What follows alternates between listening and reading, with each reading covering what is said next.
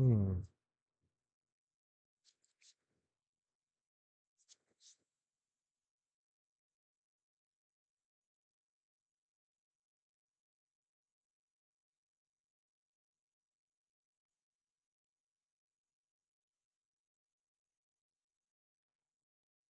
All right.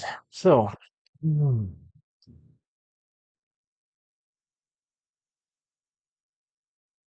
should show any moment. All right. There it is.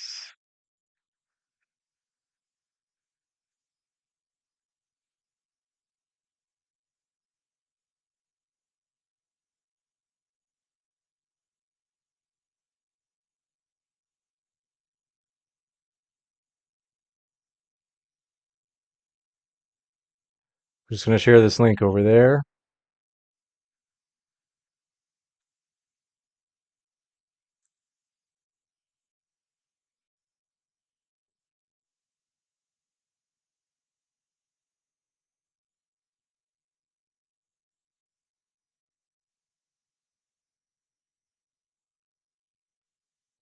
And then we'll be rocking and rolling. So if I remember right,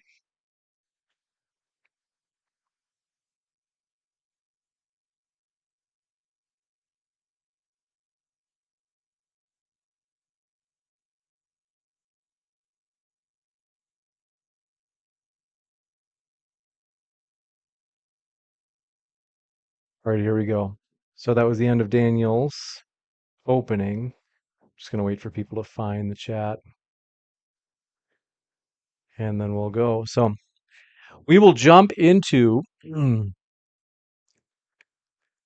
right, folks, we are now going to jump into rebuttal from Dr. Javad. Dr. Javad, the floor is all yours for your 7-minute rebuttal. Thanks for being with us. Go ahead.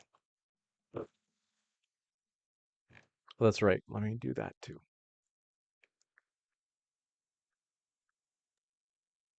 All right, so I'm going to share my screen, and I just want to state it for the record that it was a public profile pic, that I'm the one who blurted out. And Daniel, if he can't control his wife by his own standards, that would be, he would call such a man a youth, right? So like this is who Daniel is. He's actually just a, he plays this game. That's what he does.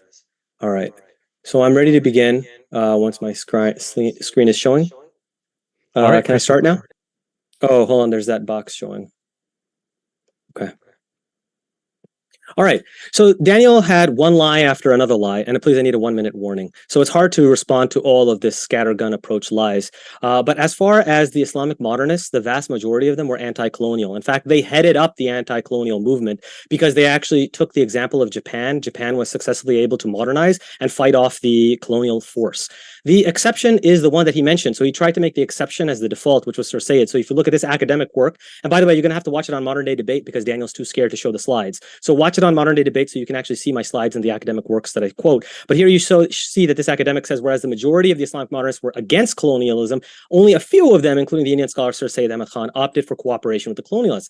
The reason why he was a British loyalist is because after the events of 1857, which was like the 9/11 of that time, the rebellion and jihad was viciously put down by the British, and the Indian Muslims were targeted by the British. After this, all major Indian Muslim leaders realized the futility of jihad against the British at that time, and they all turned loyalists.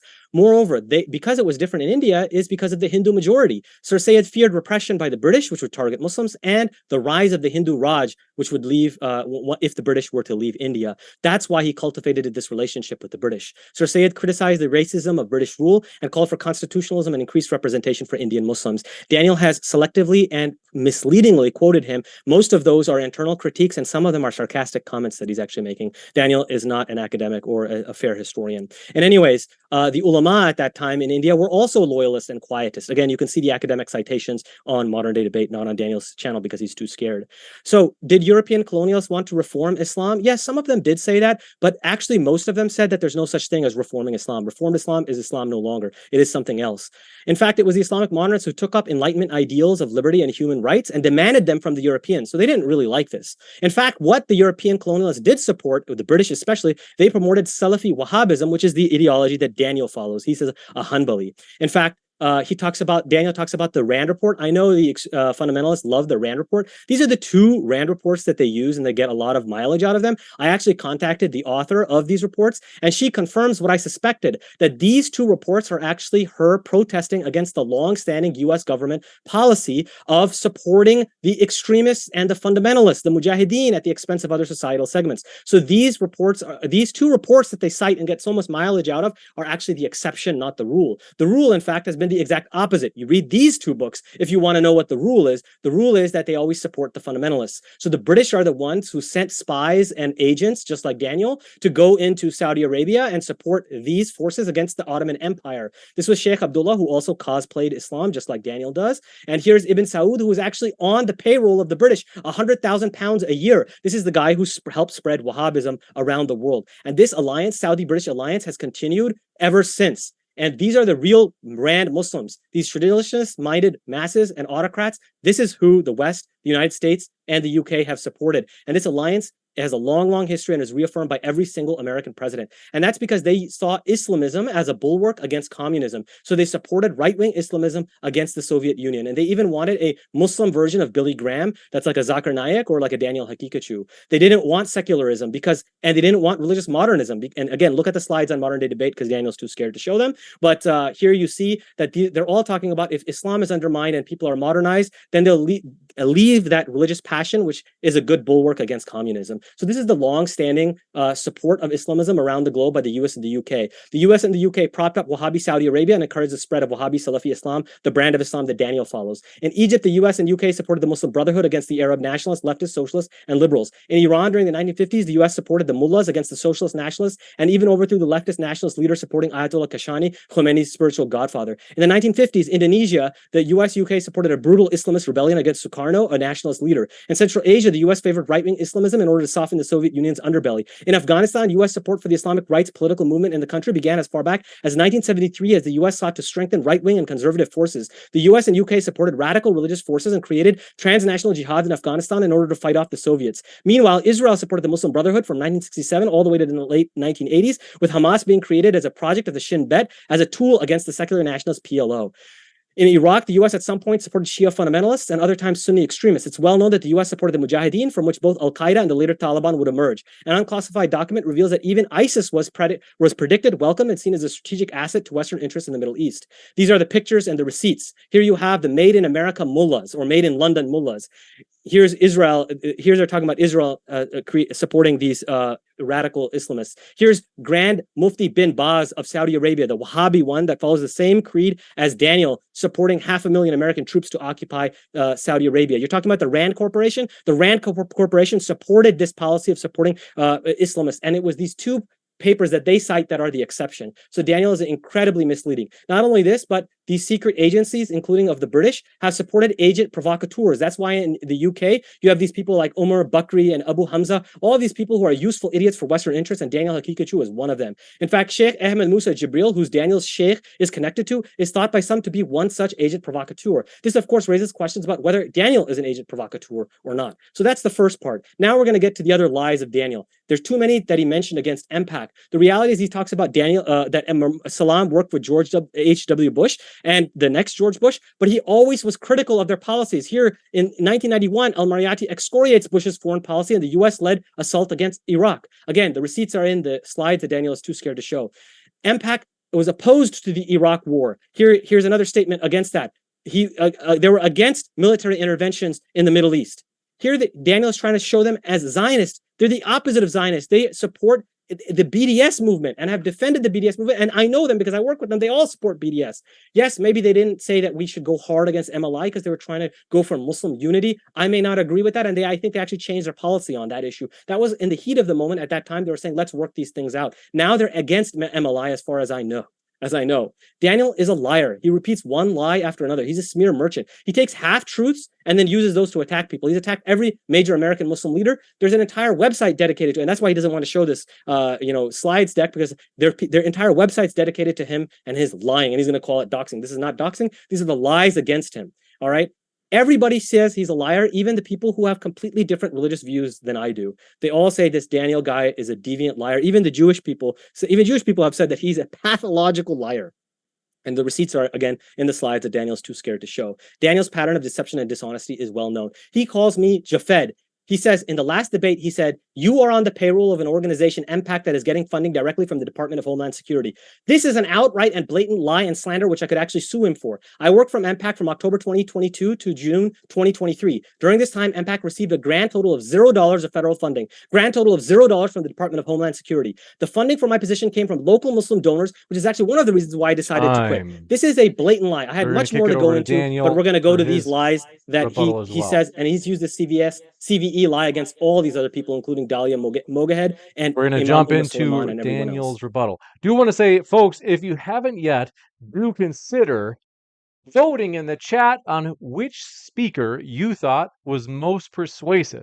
If you happen to think that it's Dr. Hashmi, put a J for Javad in the live chat. If you think that it is Daniel who's been most persuasive so far tonight, put a D in the live chat.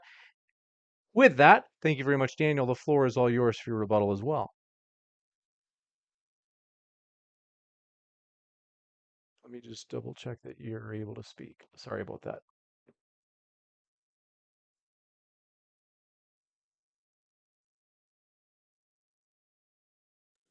Is it unmuted now, James? Yep. All right, can you hold on while I reset? Yes. Thanks for your votes in chat. I was talking while I was muted. What was it? I was talking while I was muted. Sorry about that. It's been a long night for me too. Go ahead. The floor is all yours. So the first point is that this is ridiculous. Javad actually violated YouTube policies by posting pictures of children. You can look at YouTube policy. There's reports that say that YouTube will not allow live chat commentary when you have children showing in video. So Javad is actually violating YouTube policy. I don't know how a private picture of my family got on the internet, but people have Facebook pages and family members can post pictures on Facebook and not really have the best understanding of privacy settings. And then you have someone like Javad who's trolling through like all of my family's personal private Facebook profiles, and oh, this picture is not set to privacy, so it must be a public picture. Let's post this in a debate. Like, how unethical and disgusting can you be? And how is this not like clear fed behavior? He's claiming that Muslim-Skeptic is like our channel is getting money from YouTube. We get $0 ad dollars because we turned ads off from the very beginning, and we've been public about this. So he doesn't even have his facts right. My book, I make $0 from the book that I've published because I wanted as many people to have access to the book as possible. So I make $0 from the book. Like, this is just smearing without any actual facts. So he said that I focus on topics like slavery, minor marriage, concubinage. Yeah, I focus on those topics because these are the topics that are constantly being raised by Islamophobes, by being raised by Islam haters. They want to attack and destroy Islam, just like Javad. So they put pressure on these points of Islamic law, on the Sharia, the traditional Islamic religion, so that once Muslims compromise and say, yeah, I guess slavery is wrong, it's bad that the Prophet ﷺ had slaves.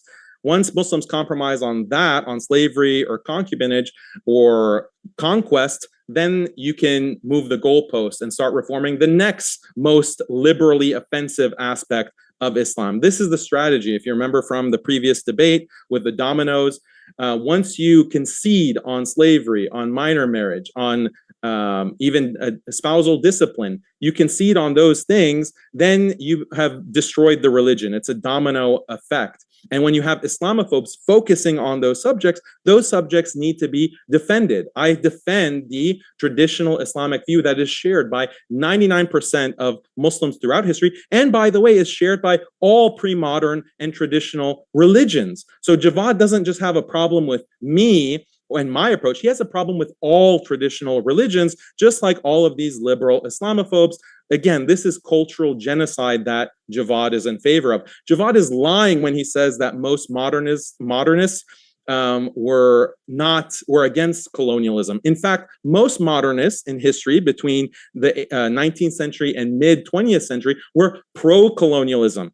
Sayyid Ahmad Khan, Sir Sayyid, the one that I mentioned in my opening, he actually sided with the colonizer in the Sepoy Rebellion.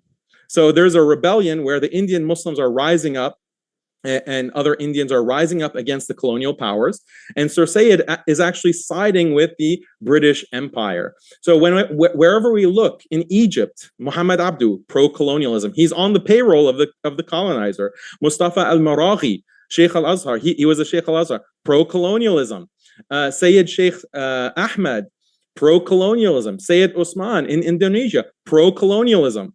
You know, all of these figures were pro-colonialism. The colonial powers were against Islamists. They were against people who wanted, oh, we want Islamic rule. We don't want non-Muslims from Europe, the white man, to rule over us. You think the colonial powers were in favor of the Islamists? Like, this is so ridiculous. This is, I'm glad that this is on record. So every academic, Juan Cole, if he's listening to this, which he probably is, should realize that his student knows nothing about colonialism or decolonial studies. Let's ask Edward Said, this ridiculous idea that the colonial powers were pro-Islamist or pro-religious Muslims. Let's ask, Wael Halak. Let's ask Hamid Dabashi. Let's ask all of these experts, Joseph Massad, of decolonialism, if what Javad said had any lick of truth to it. The West supports secular dictators for a reason. How can you have any doubt about this? Look at Israel's actions against the Islamists. Look at all of these regimes that crack down on Islamists. So this is so detached from reality. Just because you show a bunch of quotes doesn't change that. There are entire academic works dedicated. There's entire departments dedicated to decolonialism, and you're going against all of that consensus. So this is really, really ridiculous. I also had some other notes here.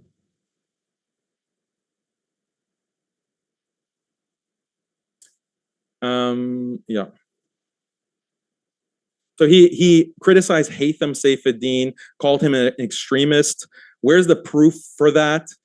These are just claims that are made by trolls. And then Javad had no source. Where's the news article? Where's any kind of shred of evidence that shows that he has been indicted or charged even for any kind of extremism? He cites Alwan, Sheikh Al-Alwan. This is Saudi propaganda, and he even cited a Madkhali bootlicker from Saudi in his list of sources, like a random YouTuber.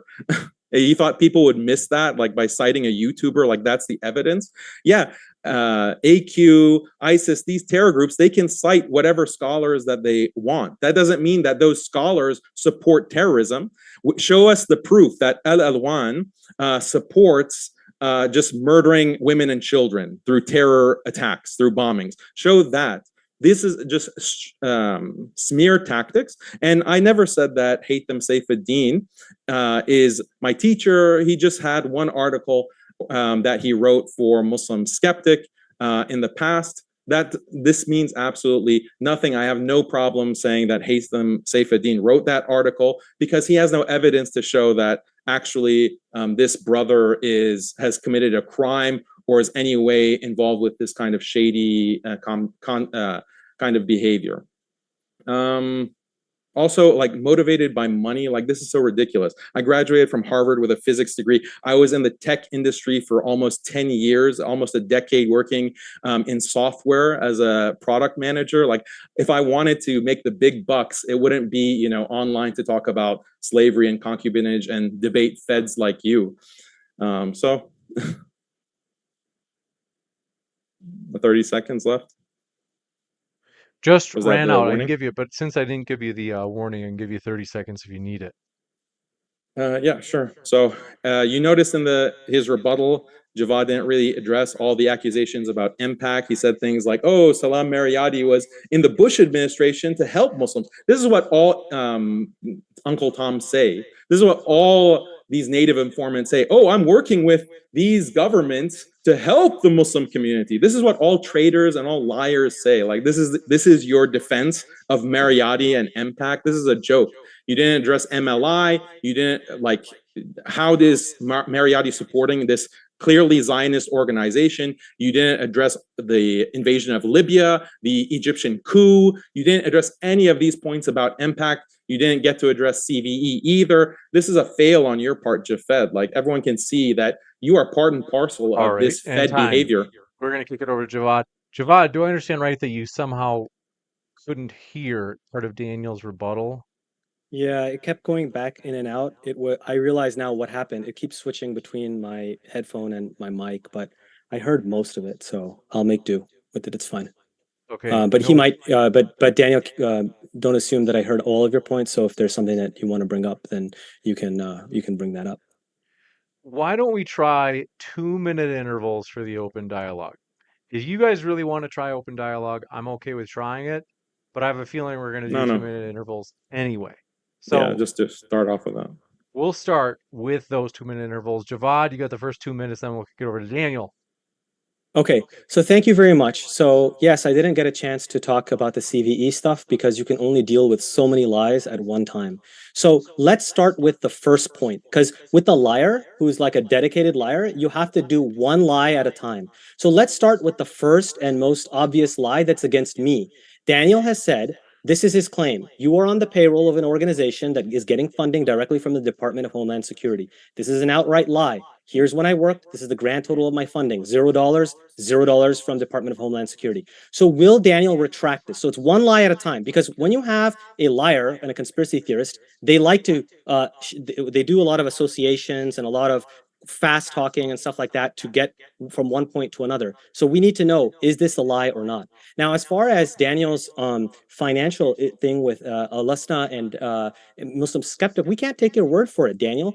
Release your financial records. Why is Alasna for profit? Make it non-for-profit, and then release your records. You demand that for Yaqeen. You demand that for all Muslim organs. You have an accountability tab on your thing. So we demand the same thing. So we can't take your word for it just based on that. So the first and foremost lie you need to deal with is this slander. And then this is the CVE lie. You're trying to imply that I take CVE money, and this is the lie. So that's on CVE point. Once you deal with this point, then we'll go to the next lie that you have on CVE. As far as your other points that you raised in your rebuttal, you raised against Sir Syed Ahmad Khan. I literally gave you the academic historical reference that shows you that the modernists were anti-colonial except for in South Asia, and the reason was there was a Hindu Raj majority there. As far as simply working for this or that government at some time, the Islamic traditionalists were also on payrolls of European governments. In fact, the British government used to give Sheikh al-Islam prizes to, they call them, they give them, I think they call them Shamsuddin. They had specific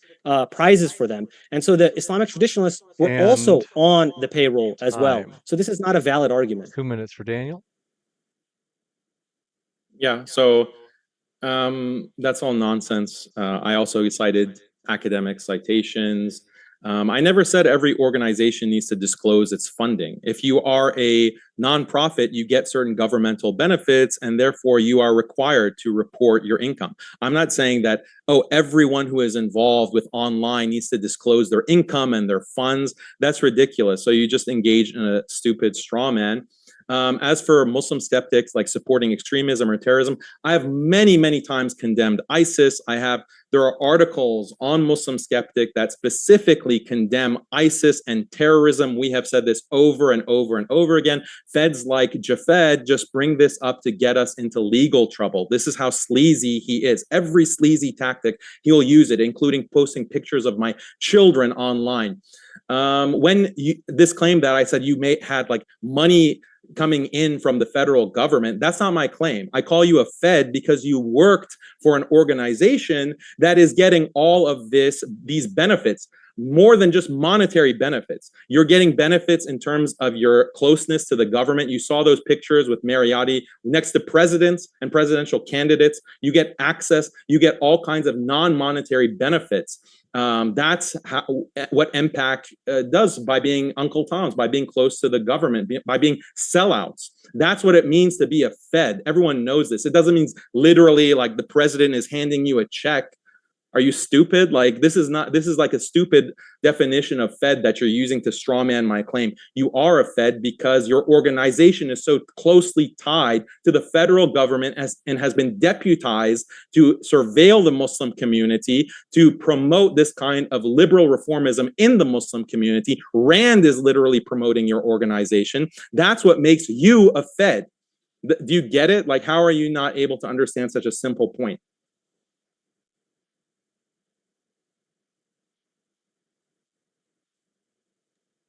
So we now see him retracting his first lie. His lie, let's be very clear. He said this word for word. He says that you literally work for an organization that receives funding from Homeland Security. That is not true. That is false. $0. So you can say that there's another reason why you're a Fed, and then we can deal with that argument. But first, you have to be honest and retract your first lie, which is slander, and you said it word for word. The second point is that, Daniel, you yourself work for Yaqeen Institute. After you quit Yaqeen Institute in 2000, you complained about something they did in 2017.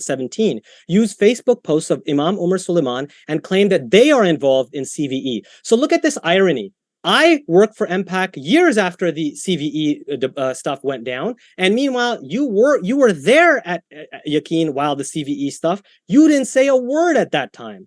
So now, are you a Fed, Daniel? You worked at an organization while they were supposedly, according to you. Now, of course, you're a smear merchant, but you were working there, so this works against you. As far as reporting people, you report people to the cops. You're the snitch. You reported Shimon Burgess, okay, a guy who's a right-wing extremist who converted to Islam and was inspired by you. You, because you have this soft spot for white nationalists and far right, and you love, I'm white too. You know, I love you white people because of that. And now he converts to Islam and spouts exactly your rhetoric, and you said to call the cops on him. I have the tweets. I have the receipts. We can show you that, where you said to call the cops. And he didn't commit a crime. So you actually engaged in exactly what the negative things of CVE are, which is pre-crime. That's what you engaged in. So you are the agent. You're an agent provocateur. And then once they follow you because you're agent provocateur, you then call the cops on them. That's a Fed-like behavior. Meanwhile, I defended your freedom of speech multiple times. I said, even though I find your views to be extremist, I don't think they are against the law. They're constitutionally protected. I can show you the tweets on that. And number two is, I've defended Tariq Mahana all the way back decades ago. I defended him, even though I thought he was an extremist. And I said the government has done him dirty because he didn't break the law. So I've been a civil liberties advocate, whereas you are a snitch who called somebody to, you said to call the cops on this person because he was too radical, even though he was taking your ideas. That's Fed behavior, dude. You get people to radicalize. He's inspired by you, and then you call the cops on him. Fed behavior to me. I mean, so many other lies. I don't know where else to begin, but we'll go one at a time. So one at a time, admit that you lied. Yeah, this is just another red herring. The thing about Burgess is, maybe you know this since you're such a Fed, Javad, that the government sends agent provocateurs to incite violence. These are people who will come into a community and say, hey, let's go bomb a synagogue.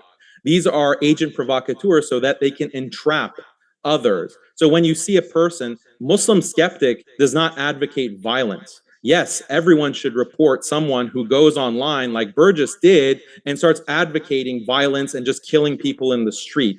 Everyone should report that. So this is not some kind of hypocrisy. The difference between that and CVE is that CVE, like the Safe Spaces initiative that your organization put out, said that you're a potential terrorist if you emphasize certain verses of the Quran or you read Ibn Taymiyyah. This is the difference. Like, there's a difference between that, reading Quran and reading Ibn Taymiyyah, and you're literally saying, oh, we need to shoot up this gay nightclub. We need to go and kill this, these non-believers. That's illegal behavior. Those are threats of violence that are universally prohibited. And Muslim-Skeptic has been very consistent that that kind of behavior should be reported. So this is not some like big gotcha. As for MPAC, yes, you have gotten government grants. Your history is of getting government grants. You apply for government grants. Like, how are you denying this? I showed exactly where you're getting government grants from. DHS is sponsoring your report of safe spaces on their official website. Like your report that your organization has produced, I didn't say that you're working with MPAC this whole time. This is a claim about MPAC, your organization. That's the kind of organization that you are working with because you have the same kind of Fed mentality. You get the argument now, or are you going to strawman me again? And also, Abdul and Marahi, these modernists that I referenced, they weren't in India. So what are you talking about? Time. Go, Jawad.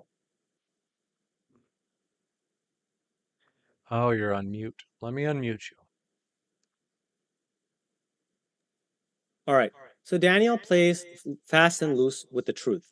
I want to see, just like he lied and claimed that this was not a public profile photo, just like he claimed that I showed his kids, even though I blurred out everything.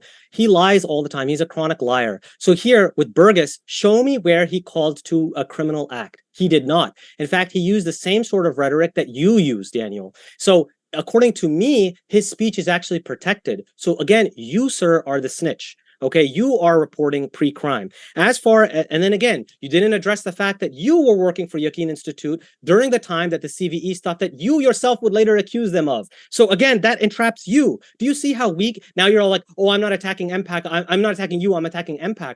Dude, this all started because you were trying to avoid the debate with me. Okay, so then you had to go against my employer. Okay, now as far as my employer is concerned, those things that you say about safe spaces.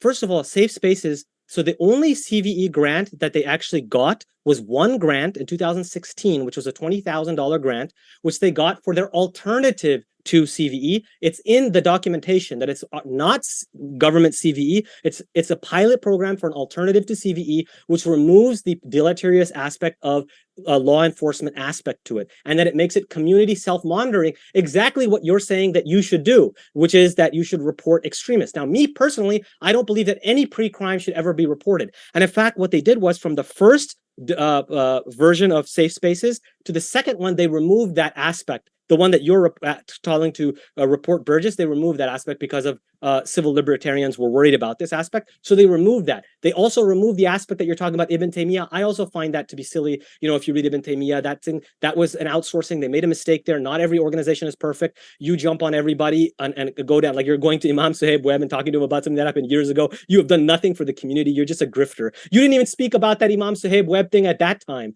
You just want cameras and show it in 4K because you want virality. Again, show your financials. Show your financials. Let's prove that you're not an agent.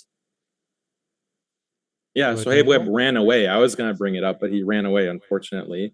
As for Yaqeen funding, I have never said that Yaqeen takes CVE money. I have never made this claim. So you are a liar. You are strawmanning me. I said that there are many individuals in Yaqeen that have a background with CVE, whether they have been part of the CVE program, whether they have spearheaded or promoted the CVE program. That's the claim. Memorize it, Jafed, memorize it, Yaqeen Institute that are working with you probably to spread these lies. And so they're not taking Yaqeen funding. So that didn't affect me when I was just at the beginning of the organization, and I left within a few months after it became clear that they're just modernists like you. What else did you say? You only got a 20K grant. Like, this is such a Mariotti type of response. You applied for hundreds of thousands of dollars in grants. You were awarded a almost $400,000 grant. MPAC was awarded by the Obama administration. You didn't accept the grant that you were awarded for political reasons, but you applied for it.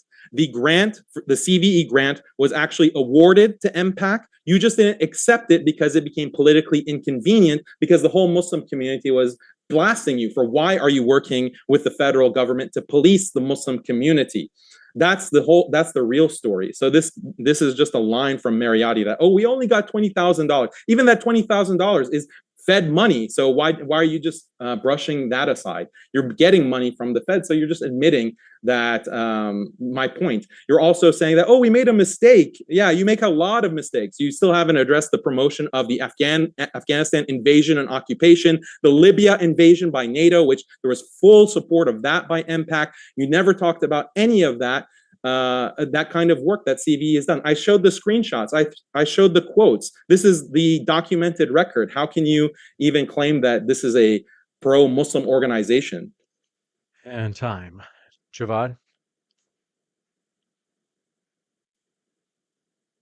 Oh, That's right. Whenever I forgot, whenever you mute yourself, I still have to unmute you. Sorry about that. I keep forgetting.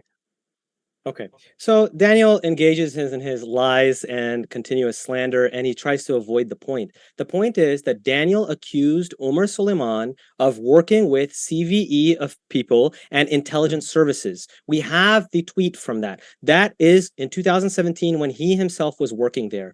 And then we have his, in a nice suit and tie, he's coming up and praising Omar Suleiman and saying, tell us about this grift on your part, Daniel. Tell us about how you shifted your position, how your 2019 paper argued for the exact same things that now you're railing against them about. You're just a grifter, Daniel. That's exactly what you are. Now, as far as let's talk about, first of all, your first lie goes out the window. You said that Homeland Security was funding our organization and I was getting money from this organization. That turned out to be completely false. $0. What happened many years ago. I was not even there. So why are you calling me the Fed? Number two, you said, and if you are going to call me a Fed for another argument, then make that other argument. Don't just use this loose associations that you're doing. You're a dishonest person. You're a liar. You're a serial liar, and everybody knows it. Everybody in the American Muslim community. I have religious views that are not, people don't like because I'm a modernist. That's fine. I understand that. But at least I'm not known as a liar. You're a serial liar. Even people who say, I hate Javad's religious viewpoints, don't call me a liar. You're a liar and a grifter.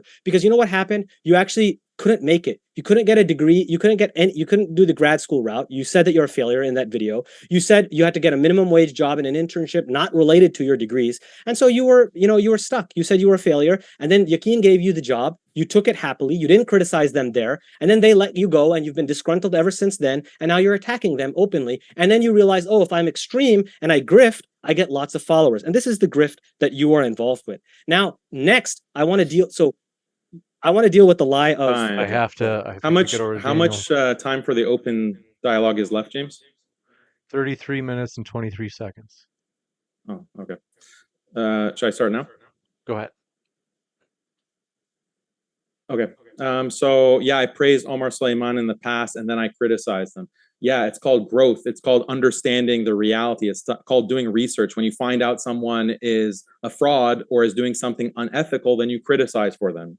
How is this like a own or a gotcha against me? Like, this is ridiculous. The article 2017 or the essay that I wrote about LGBT rights, I'm very clear that Muslims cannot support LGBT rights, and Muslims can actually engage in discrimination legally against LGBT. That is the argument that paper makes. Now, did I have all the same positions then that I do now? No. And I've acknowledged this. I have actually corrected my mistakes many, many times on the record, but this is like a gotcha that people like you and Madkhalis just want to keep trotting out. I've already addressed this, so this is nonsense. As for me being a serial liar, like everyone saw, Sohaib Webb also called me a liar, but when he's confronted with actual facts, then he has nothing to say. He has to run away. And just like I'm doing now, Javad, all of your claims are just straw men, like this whole Fed claim. You still haven't understood the argument. MPAC, your employer, that you very conveniently left and you dropped, or they fired you because of your dismal performance in the previous debate, very conveniently right before our debate now, they are benefiting from their government connections with DHS. DHS did grant them that for almost 400K back in 2017. So this is not a lie. The documentation is all there, and you want to just lie about it. That's all that's happening here. And yeah, so this is the Fed argument. It's not that you personally are getting checks from DHS. Like, this is a straw man. And I want you to admit that Muhammad Abdu is a modernist who was pro-colonialism. Admit that. Admit it right now, Javad. To Javad, let me make sure he's unmuted. And reminder, folks, hit that like button if you haven't already. Thanks for your support. Go ahead, Javad. Thank you so much. So let's deal with your lie about that MPAC gets CVE money. So the only CVE money, again, that they've ever gotten, and that's questionable because it was through the city of Los Angeles. It wasn't directly through Homeland Security, but fine, you can count that. That was, again, as an alternative to CVE, as mentioned in the grant application, that this is an alternative, and we oppose surveillance of the Muslim community and entrapment. Okay, all policing, entrapment, and surveillance were all opposed by MPAC from the very beginning. That was what their entire alternative was designed for. It was a community alternative where we talk about public health and community growth and all this kind of stuff without law enforcement. That's why when they applied for the $400,000 grant to pilot it in 6 cities, it was declined then by the Trump administration that you, by the way, told Muslims to vote for. You said Muslims should vote for Trump. That's how silly you are in your politics and your beliefs, okay? But the Trump administration rejected it because they said MPAC is not allowing law enforcement in this plan. This alternative is not real CVE, and we reject it. In fact, you can see what the right-wing think tank said. They said MPAC was trying to fool the government and get rid of all of the aspects of CVE that they want, which is surveillance, entrapment, and policing. So the trick that you use, the sleight of hand you'd use as a smear merchant and liar, is you say, okay, MPAC was somehow involved in CVE, then this is what CVE is, and then you say the worst case scenario what CVE is, therefore MPAC tolerated this. But the reality is that what MPAC actually argued for was an alternative which said no policing, no entrapment, no surveilling of the Muslim community, and we just want law enforcement out completely, and it's just community self-monitoring. Now, you may disagree with that, I may disagree with that, but the point is don't misrepresent it. And by the way, you yourself did the exact same thing with Burgess, which you haven't addressed. You show me one quote where he breaks the law. You said to call the police on him. Show me the quote where give me the quote. You can't have general statements, right? You have to have a specific statement where he breaks the law. And that's what you have to show. And you can't show that. And time. I did explicitly address Burgess. You still haven't addressed whether Muhammad Abdu was pro-colonialism or not, or any of the other modernists that I mentioned outside of the subcontinent. So you keep dodging that question. Again, the MPAC in December 2020 apologized for involvement with CVE. So all of this justification that you're giving for CVE, your own organization, MPAC, distanced themselves and said, we were wrong on CVE. They admitted the guilt of participating in CVE. So why do you keep repeating the lie that, oh, MPAC, it wasn't really CVE? Yes, your own organization said it was CVE and we're sorry. We apologize. And this is why MPAC has been boycotted from so many mosques in Southern California and the rest of the country because they're known as feds. They're known as working with the feds against the Muslim community. So all of your claims are complete nonsense. What was the other thing that you said I didn't answer? Like Burgess. Yeah, he's making threats. Go to the video. I don't have prepared like the quote from Burgess, but he is saying we need to use physical force to stop these degenerates. Yes, that can be considered invoking violence. Go and watch the video that I made on Burgess. And this is typical entrapment behavior, agent provocateur behavior, when you go and specifically advocate for physical force or violence to enforce, some kind of ideology. So this is what the guy was doing. He was posting it on social media. This is something that is completely illegal. And we were just pointing that out. This is not a hypocrisy on our part. This is very different than saying if you read Ibn Taymiyyah or Sayyid Qutb or Ibn al-Qayyim, you're a terrorist or a potential terrorist, and authorities need to come arrest you or talk to you like MPAC has advocated for years, as they admit. And time. Go ahead, Javad. Let me unmute you. And folks, if you haven't yet, share this debate with someone who likes these topics. Go ahead, Javad. Daniel is a serial liar. So we've already exposed that his first lie goes out the window, which is that Javad was getting paid by Homeland Security. You literally said that word for word. That's a lie. Number 2 lie, you said that MPAC supported CVE. What MPAC did was it provided an alternative to CVE to remove the harmful aspects because they thought at that time, their ijtihad was that the government is going to implement some form of CVE, so we might as well give an alternative that removes the harmful aspects. This is in the initial grant application for the $20,000 that they got, and also in the $400,000 grant that they didn't get. And it was rejected again because of those aspects were removed, the exact aspects that you're trying to associate with them. So you're a liar. As far as their apology, Daniel, they apologized because of community pressure. You're right, because there were people who were being dishonest and putting pressure on and saying that any involvement with CVE. However, I do think that there was other mitigating information, which I do think that an apology was a good idea because it became apparent that government documents came out that were declassified that showed that the United States government wasn't following through on what it was stating and was using CVE to spy on Muslims against them, even though they claimed they were not.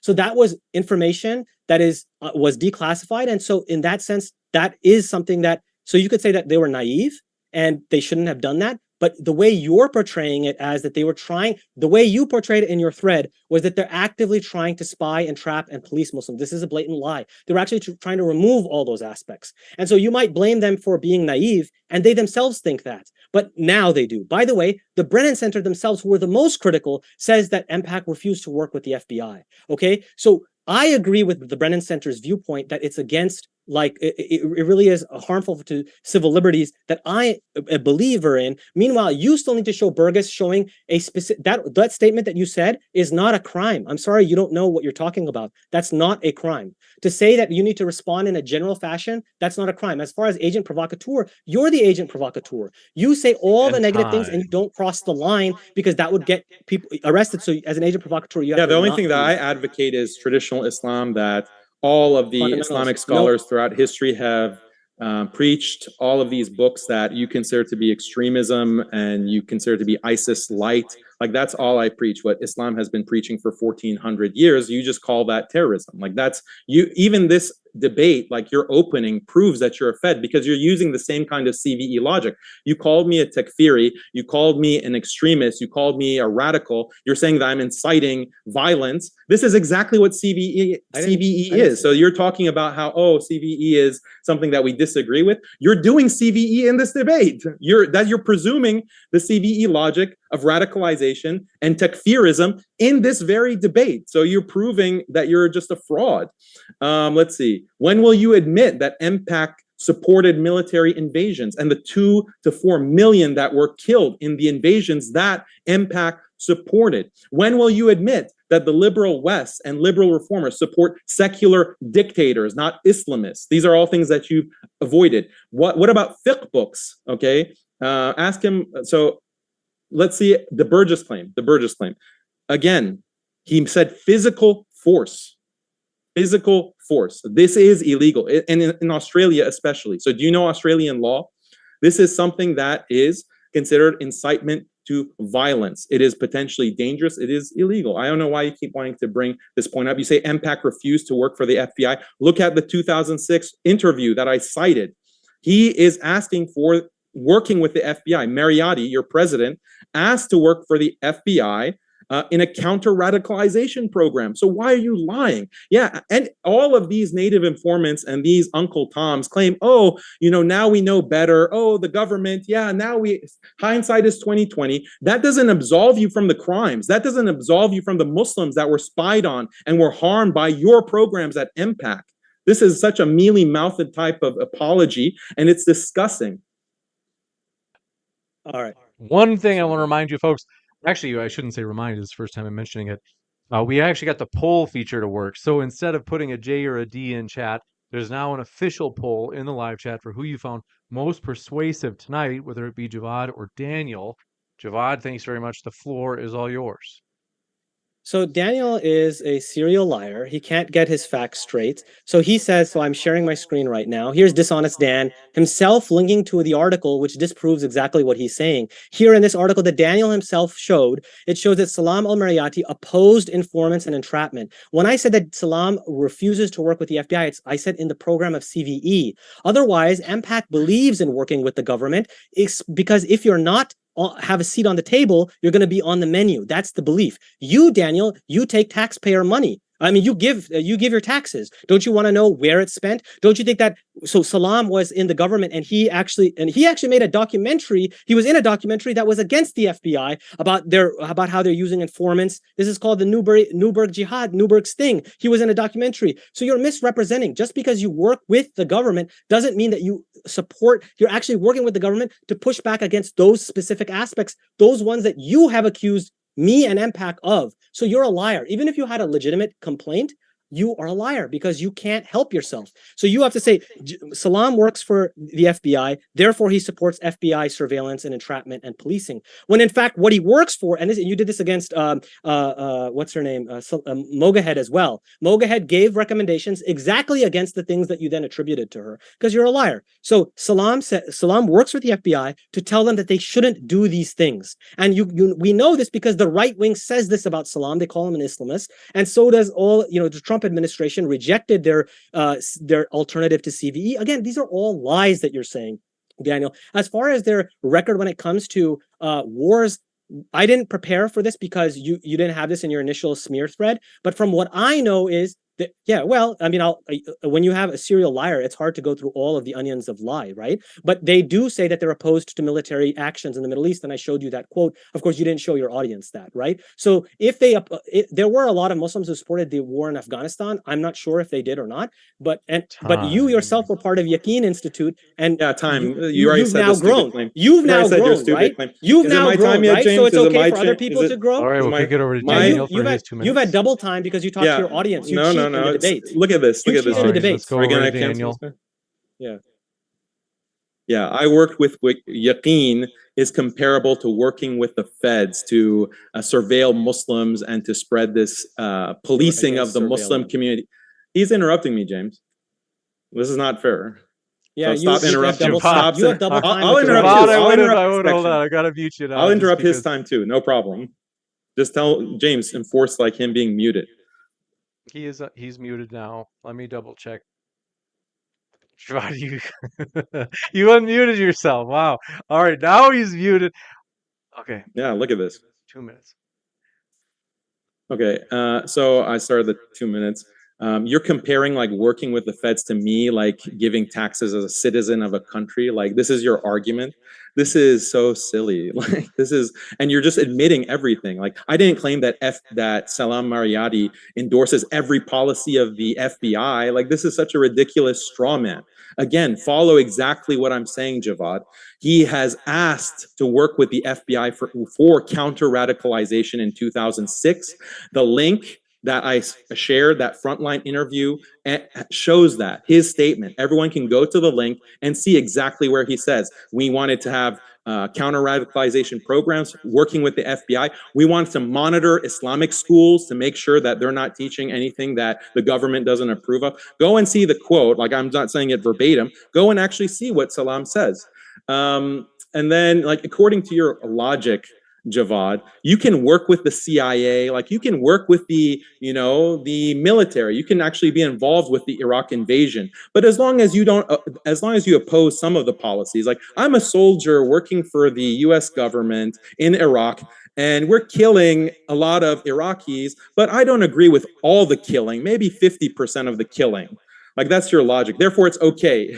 It's okay to be a soldier in the US military. Like that's such a depraved type of logic. And this is the kind of logic that MPAC rolls out to whitewash. It's disgusting pro-Zionist behavior, pro-occupation, pro-invasion behavior, pro-CVE promotion, getting funds from the government, getting all this access.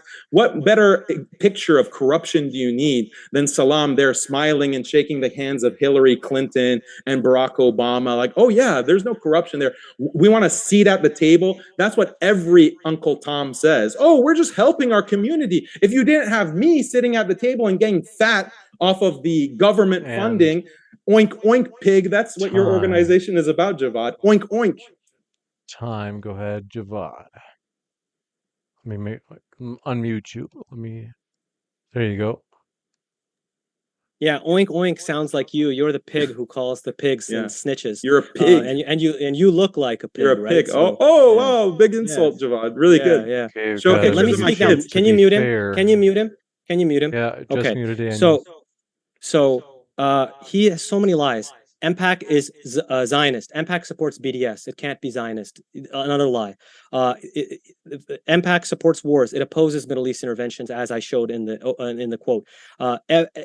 MPAC works for the FBI. Yes, it works for the FBI to tell them to oppose surveillance, surveilling, entrapment. These are the exact things. You can look at as far as opposing radicalization. He then says, he talks about opposing radicalization. Yes, by self-monitoring. That's what he's talking about. He's literally telling the FBI that leave the radicalization to us. That has been MPAC's policy, that the de-radicalization has been left to the American Muslim community. That's what Safe Spaces was all about. So you're just a liar. So you use loose connections to attack people. You're a liar. You're dishonest Dan. You call me Jafed, you're a liar. Okay. And as far as we should go back to your white supremacist talks, where you have these beautiful, lovely bro chats where you're all talking about common ground. You don't have any problem with allyship.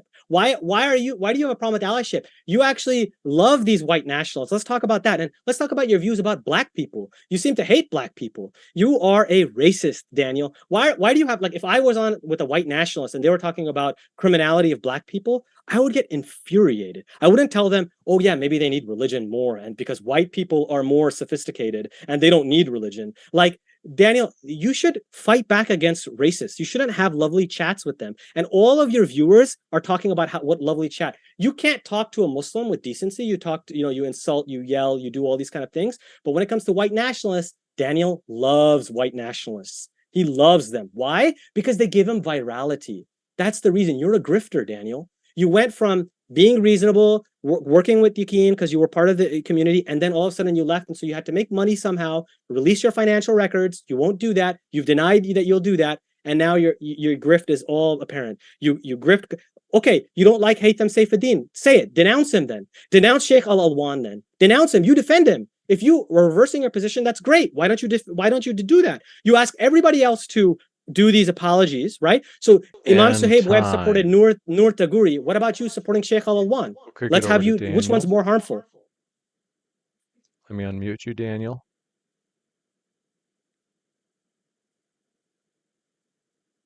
It should.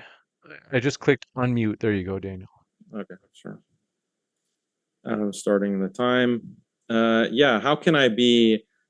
I had 2 debates or 3 actually, with white nationalists, and therefore I am pro-white nationalism. I'm trying to debunk white nationalism, and I'm providing all these arguments to debunk white nationalism, and somehow that makes me pro-white nationalist. Also, you said I used an anti-white slur before. You claimed you said wigger is an anti-white slur, so I'm using racial slurs against white people, but somehow I'm also pro-white. How does that even make any sense? I've rejected any kind of racial nationalism. I'm advocating for Islamic government, Sharia law. My record is clear. I've denounced all kinds of terror groups.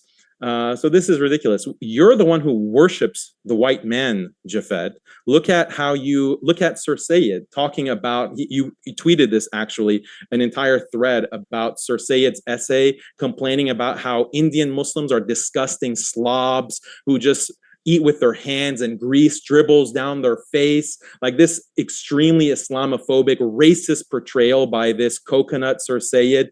And you actually describe it in very positive terms. And you say that, oh, I felt actually very self-conscious as an Indian Muslim or Pakistani Muslim, that I also am very disgusting. I mean, I'm just doing this off the top of my head, but you can go look at the thread. Oh, I realize that we need to have some kind of manners, table manners. We need to reform our eating practices. Sir Sayyid is right. Muslims are disgusting. So this is the pinnacle of white supremacy. Sir Sayyid is praising the British, praising the colonizer, and you agree with Sir Sayyid. You're like, yeah, just go to any Indian restaurant, go to Shalimar restaurant, as you put it, and look how disgusting Muslims are. This is the kind of white supremacy that you support, the colonialism that you support, the liberal reform project that you support, that every academic recognizes is a disaster and is responsible for cultural and actual genocide. These are your role models, Jafed. You've actually admitted that. So how can you claim that because I debate white supremacists, I'm pro-white supremacy? What a crock. This is nonsense. Like, get a better argument. You're failing this debate. And finally, Jafed, here's a challenge for you. I want you to recite Ayatul Kursi. Prove that you're actually a Muslim. Recite the Quran, recite Ayatul Kursi for the audience, and show that you can actually recite part of the Quran. I think the audience needs to understand whether you claim to be an Islamic scholar. So prove that by actually reciting from Ayatul Kursi. I think that would be a good demonstration for the audience. And Or, stay silent and ignore it. Go ahead. Go ahead, Javad. The floor is all yours for 2 minutes. So many lies. What can we do? Let's start with wigger. I never said that this was an anti-white slur. You wouldn't do that. You love white people. You repeatedly said, I love white people. All right. You said wigger is an insult against black people. You're accusing white people of acting black. Please tell us what you mean by that, Daniel. You've implied that too about Imam Suhaib Webb. Please tell us what you mean by what does it mean to be black? And why didn't you push back against when they said that black people are more criminal? Wait, why didn't you disagree with that? You said, oh yeah, they are, but let me give you a suggestion that maybe they need religion more. And then your white nationalist buddy agreed with you and said that's a great hypothesis. You say that these are debates. These are plausible deniability. They were actually friendly chats. In fact, you guys are playing footsies throughout this entire thing. You didn't even need moderator for 2 of them. You can't even stand me. You can't stand Muslims. You have to blur out a hijabi again. She wasn't playing cosplay like your wife. So like you can't stand them. But for white nationalists, you love them. You're a bootlicker when it comes to white nationalists. All right. You tell us, answer me this question. Do you think different races have different IQs and different levels of criminality? Can you tell us about that? Please let us know what your viewpoint is. And then if you do not agree with that, why didn't you point any of that out when you were debating supposedly these white nationalists? In fact, you were just having a love fest. And anyone can watch your discussions and just even look at the comments of the people are like, oh, I couldn't believe that white nationalists are so good. So this is all just lying from you. And as far as Sir Sayed, you have to reach all the way back to Sir Sayed to attack me. That's hilarious. I support certain ideas of Sir Sayed, not all of them. I definitely think, like the most consensus of historians, that he went overboard in his statements when he was talking about British loyalism. That's fine. I believe that. But what about your Wahhabism, which was funded? The guy was literally funded. The entire Wahhabi movement was funded by the British. They were on a stipend. So if you want to say anything against modernism, what about your Aqidah that you follow? You follow Salafi Wahhabism. You've said it before. You're an Athari, and you want to now claim, oh, that's literally, you had to take the Salafi Shahada in front of these other people, which is pretty hilarious. But that's really who you are. Take it over to Daniel. Yeah, I'm not a Wahhabi. A lot of these Wahhabis absolutely denounce me. A lot of these Madkhali Wahhabis, they completely denounce me. So this is like nonsense. I've never said that I'm Wahhabi. Athari is a theological school. Everyone saw you butcher it in our previous debate, and you got like refuted by 10 different Hanbalis and Atharis about that. The term Uyghur is a racial slur against whites. Who else is it a slur against? It means imitating black people in this caricature of black culture. That's why it's so racist for a white person to act like he's black when he's not actually black. This is not an insult against black people. This is an insult against whites. So you don't even understand like basic cultural points. Yeah, so you didn't recite Ayatul Kursi. That's what I was waiting for. Are you Googling it now, Javad? Can you recite Ayatul Kursi? The first word of it is Allah. I'll give you a hint. Can you recite it? Go ahead. Yeah, nod your head. Nod your head. No, don't interrupt. نعم أنت تريد أن تتكلم اللغة العربية. نعم أتكلم يا حمار يا خنزير كم سنة درست يا خنزير اخرس يا خنزير. So recite Ayatul Kursi. I'm not your monkey. I'm not your monkey. Hey James, what is this? What is this, James? This is not moderation, right? You literally asked. I didn't finish my 2 minutes. Didn't you ask him to recite? No, I wanted to taunt him for the rest of my 2 minutes, but he interrupted. Okay. He didn't respond. He didn't actually recite the verse. So how can he just? It's a rhetorical. Okay. Yeah. So recite Ayatul Kursi. Prove that you actually know like one verse of the Quran, if anything. Like this is really embarrassing, Javad. Recite Ayatul Kursi. Can you do that, or are you Googling it right now? Is Khalil like sending you the verse?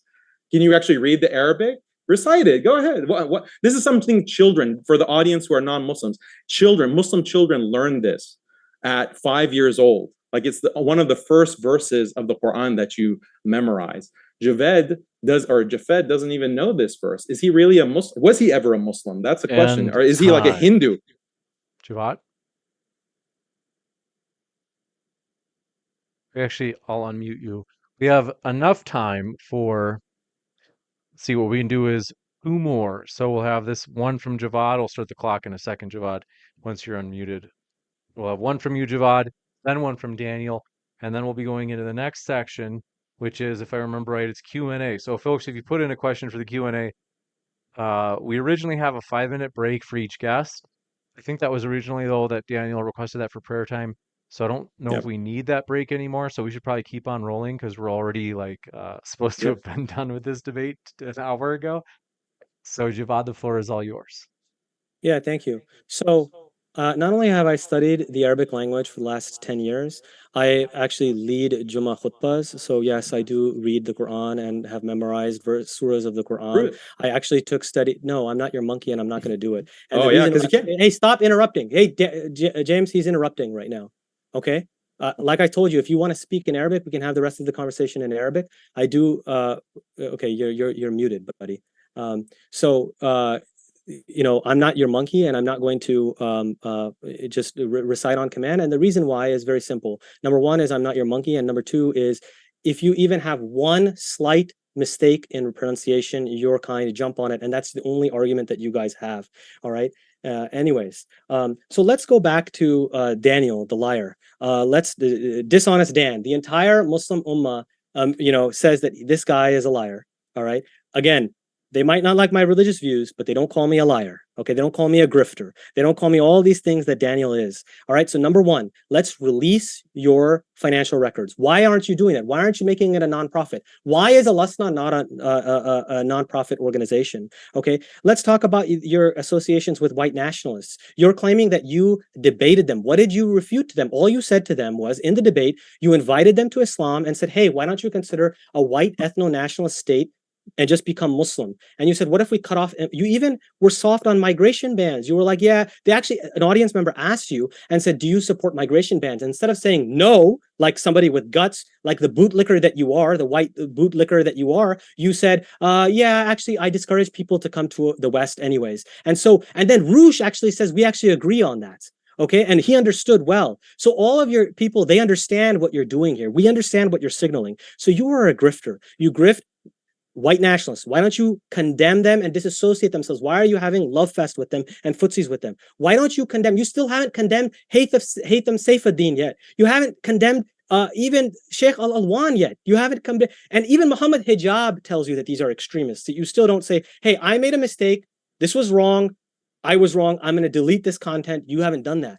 So why don't you fix your mistakes? You go around with microphone and 4K as a grifter, getting everybody. Why is your associations with these ISIS and Al-Qaeda people less bad, and white nationalists, less bad than Imam Sahib Webb just talking to this, supporting this hijabi woman, which I don't agree with what he did, but that was a mistake. But you expect perfection from everybody else, and you go attack everyone else. We've got 2 minutes left for Daniel. The floor is all yours, Daniel. Okay, you got way over 2 minutes time.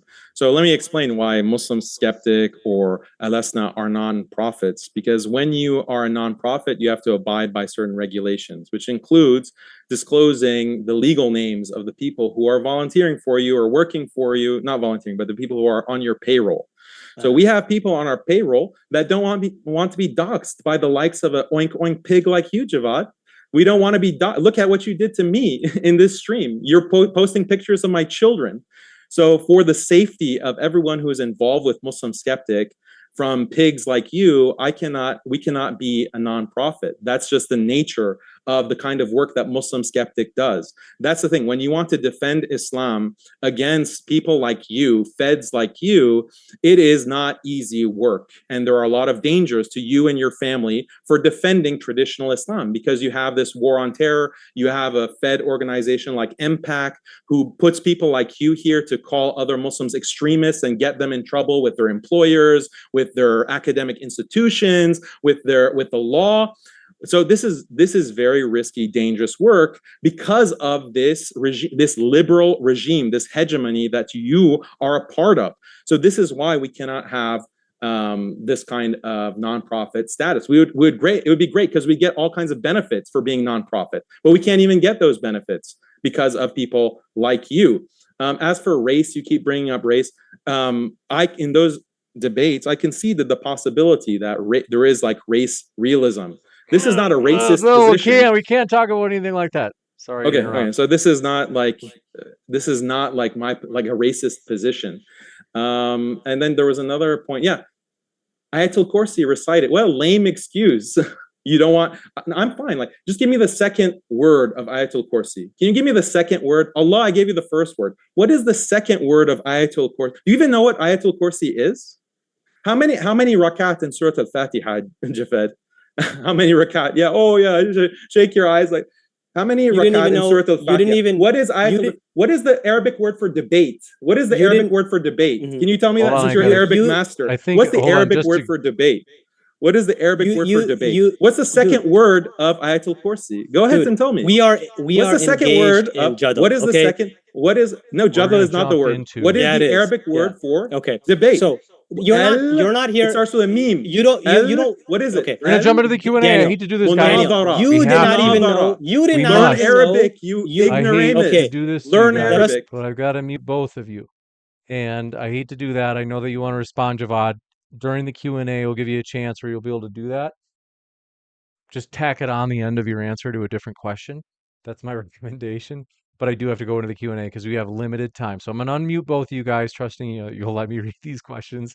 This one coming in from, want to say thanks so much for your question. Do appreciate it. Dr. Omar, Muslim theist, says, Daniel, in 2016, you said Maulana Salim, who pled guilty, you said he was innocent. One woman's clothing had semen.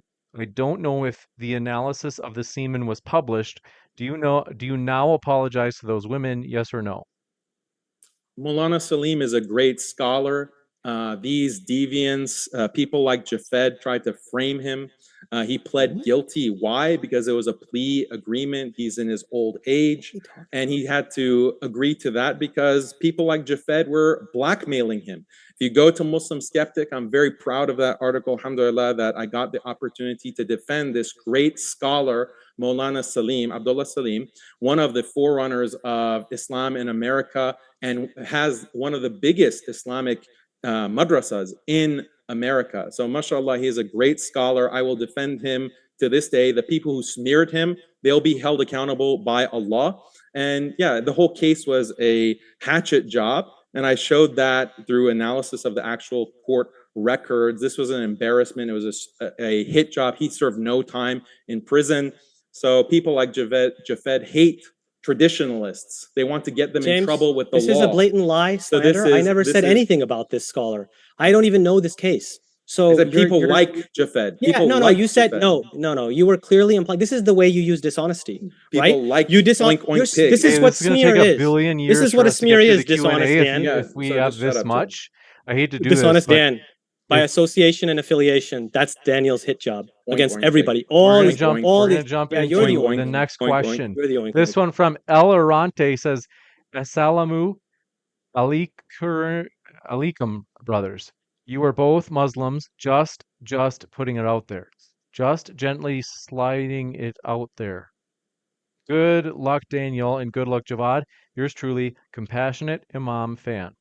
Thanks for your positivity. This one from Noor Aman says, this will be Javad, his janaza prayer. Javad is the most terrible Fed of our time. I'm the only Fed in the world who has $0 funding from any federal organization. Great. I make my own money by saving lives in the ER. Unfortunately, Daniel takes it by grifting the community and making money off of them and refuses to release his finances about that. Okay, so these insults are allowed? Okay. Let's see. If you want to quick give a response, if you guys can do me a favor. No, I don't care. Just go ahead. Go ahead. Do as much of the jabbing of the other, because otherwise this will take 12,000 years. Josh said, Daniel coping and seething harder than he ever has. That account is not a doxing account. It's all a smokescreen, not very Chad behavior, Danny.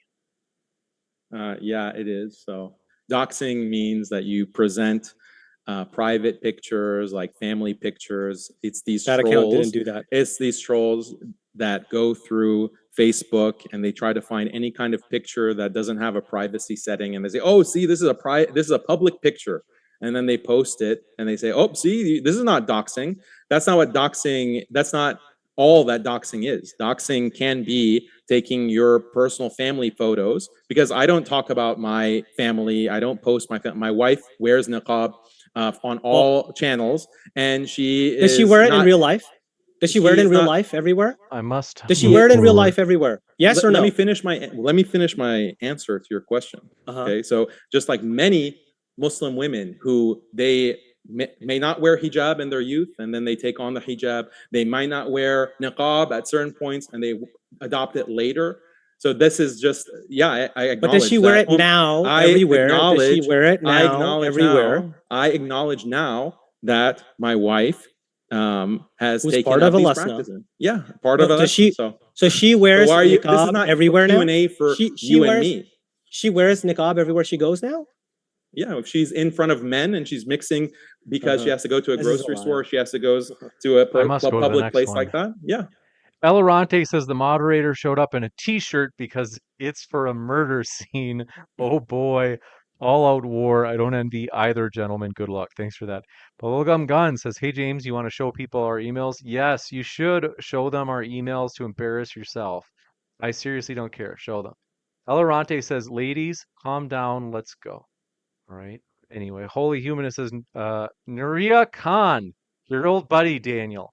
She says, is it true that many scholars have issued fatwa that Daniel's blood is halal? What does that mean? Is there an actual fatwa against me? Not to my knowledge, but This I one. wouldn't surprise if it comes. People, Elorante says, compassionate imams will come and might issue a fatwa like that. Or Madkhali bootlickers, Jafed's friends. No, I would definitely oppose that. Daniel's free to Elorante says, speak. my Just threaten conspiracy me brain through. says, my conspiracy brain is running wild. Doxing became the defense. Damn. Daniel is a wasted political talent. What is the question? That I'm talented and that I'm wasting it? Oh, I don't get the guess so. question. Josh says Daniel has retweeted the same doxing accounts. This is a total Yeah, smokescreen. that's Stop hilarious being funny. a baby. Why would I tweet an account that doxes me? Why would I retweet Exactly. an account? Exactly. Yeah, it's never They're not happened. There doxing. was an account. You did. No, You tweeted yeah, them. the account didn't have my profile picture in it at first. Yeah. And I But retweeted. You're behind that. I know that that's your account. Jafed. Oh yeah, that's me. Then Sure. the account I waste became my a doxing time with account. that. Yeah. The account. Yeah, sure. The account spread a You Photoshop accused image. me of James, look, retweeting. he's interrupting my answer. This is for me too. No, well, let me finish my answer. Go ahead. Go ahead, Daniel. Yeah, the question was directed to me. So this account put a photoshopped image of me in front of an Israeli flag. And so I retweeted that to say, look, this is a Photoshop. And then the account, which is probably Jafed, posted my address. So Jafed is saying, oh, I posted doxing accounts. Like, such a liar. You're the liar. Now your lie has gone to that I'm the one behind the doxing account. Look how you have no evidence, no proof. You're just a liar. Every lie. If the shoe fits. That's all you do. You speculate against all these Muslim leaders, and that's why you're a serial liar and grifter. If the shoe you are fits. the accomplished serial liar and grifter of the American Muslim community. This one coming. Do they even allow you in the masjid near you? Oh yeah. I give khutbah. word. So you can dox me? Right. So you can dox me? This one, recite Ayatul Kursi. You couldn't even get the second letter of Ayatul Kursi. Oh yeah. I'm not playing your game. Yeah, you can't because you can't recite. You don't even know the Arabic word for debate. You're a clown. Yeah. Oh yeah. You're just a poser. You don't know Arabic. All right, gentlemen. It's munadara. Munadara is another word for it. Munadara is a discussion as well. Al-munadara is the term for this kind of debate. You think I don't know the word munadara? I've studied I Arabic don't for the think last you 10 do. years. You don't even know the second word of the Ayatul Kursi. Yeah, I'm not your monkey. That's the biggest fail. That's the real fail here. I have to figure out how to. I had a convenient button where I could mute both of you at once, but it's disappeared. Let me figure this out. But I do want to. Daniel will just keep speaking to his audience. The second word of Ayatul Kursi. Go ahead. I'm not your monkey. You haven't had time to look it up. I lead Jummah khutbahs. Yeah, there are many. And I'm going to. I'm not going to know any Arabic. I actually just recite it in. Do you know which day khutbahs are supposed to be given? Do you know which day that is? Oh, I wonder what day that is, Daniel. How many rakat in Salatul Jumu'ah? Do you know that? Yeah, that's hilarious. Yeah. Do you know how many wudu? All right. Do you know what wudu is? These silly questions. You didn't even know what ijma, the problem with ijma is. Do you know? I watched your review debate. Do you know the you didn't second even word of Ayatul Kursi? The second word. What's the problem with ijma? No, don't get scared now. You're saying what is the problem with ijma? The second word is la. What is the problem with ijma? When I was saying that ijma is circular, what did I mean by that? What did I mean by ijma is circular? What did I mean when ijma is circular? There's the button. Okay, sorry to do this to you guys. You're on mute, but I do have to go forward. This one coming in from, oh yeah, I saw it just now. I didn't see this in the chat while we were going. but folks, you can't have any sort of ethnic slurs.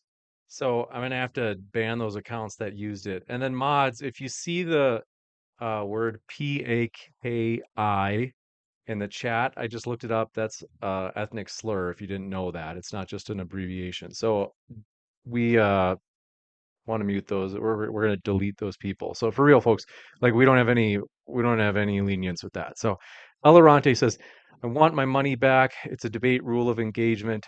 Just kidding. Man the F up and let's go. I think that was when he almost canceled the debate. This is the first one in a while that I've been in like fight or flight mode. And Anya Mouse says, may Allah protect our brother Daniel from all the shayateen that are working against him of men and jinn. Islam is future proof and won't submit to liberalism. All right, this one. Elorante says moderator is channeling. Let's see. They say take off your shirt. What is wrong with you? It must be one of Daniel's fans. All right, come on. That's a joke. It was funny. Come on. All right. Elorante says, let's see. Holy Humanist says, if anyone has Daniel's address, I'm willing to pay a lot for it. What? Okay, that's weird. Elorante says, fun fact. Thanks for your kind words. I do want to say, I'm going to unmute our guys for a second. Look, I he's don't know. cheating again. He's talking to his audience. That's cheating, James. He's talking to his Let me audience. He's getting respond. See, rebuttals this is in. exactly. He's Look cheating. at they're He's doxing cheating. me. They're doxing me. They're trying to dox me while I'm shouldn't dox you. debating. Oh, they should dox Yeah. me. There you go. They There should. you go. I said they should not dox you. Don't. You're such a liar. I literally just said that you should not dox you. Speak clearly. Okay, speak clearly. Okay. Enunciate. Yeah. I know you can't speak Arabic. Enunciate. You don't know Ayatul Kursi. I'm so sorry. I'm a wigger. enunciate. I'm a wigger. What do you mean by a wigger? There's another slur No, if that I they're talk using like a for wigger, you. what does that apparently. mean? What does that mean? Yeah, they're using Paki because you. Yeah. So why are you talking think about of like? Yeah, because you're Persian, right? You're superior. So you're more academic and she's intellectual. trying to dox me. Right? These ex-Muslims like you are involved with doxing. At least Nuria, she just asked for my address. Are different races smarter? At least Nuria didn't post pictures of my family. They were blurred. At least she didn't post my children. You liar. She's actually better than you. Photo that I blurred. At least she's better than you. Nuria only wants my address for God knows what reason. I blurred them. Nuria, after getting humiliated. All right, but we got to go to the next one. I'm sorry. Nuria, look at that, man. She wants my address for what? See, look, your wife posted it publicly. My address. No, your picture with showing that she doesn't cosplay with. You thought it appropriate to look, Jafed. This is you. I blurred even the handle. I blurred the handle. This is you. Go to the next one. Yeah, that's you. All right. You're the Asian provocateur. You're the dishonest Daniel. I hate to the do word this. is al-munadara. Okay, I got to do this. Daniel brought a prop. Okay, this is from Dr. Omar. Muslim theist says Daniel and two. Oh, we got that one. This one from No Name. Thank you for your super chat. They said, Jafed's argument, they say, in his feminine voice, goes as follows. Daniel isn't conceding to liberal attacks against Islam like me. Therefore, Daniel is bad. And they say, no kidding, Javad. That's why the all Mu'minim love Daniel and all Munifiqeen hate him. PhD from Quiznos. I'll give you a chance to respond. It's true that... Go ahead. So what's the exact question again?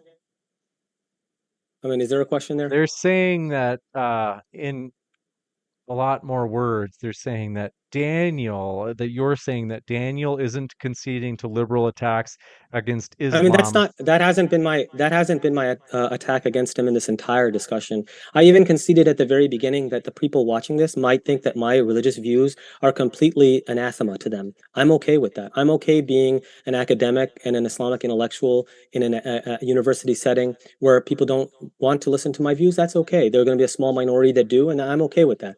But what I'm not okay with is being a liar and a smear merchant, someone who constantly attacks every other voice out there and personality in order to get likes and subscribes, following around, going with a camera, and just a nasty person overall.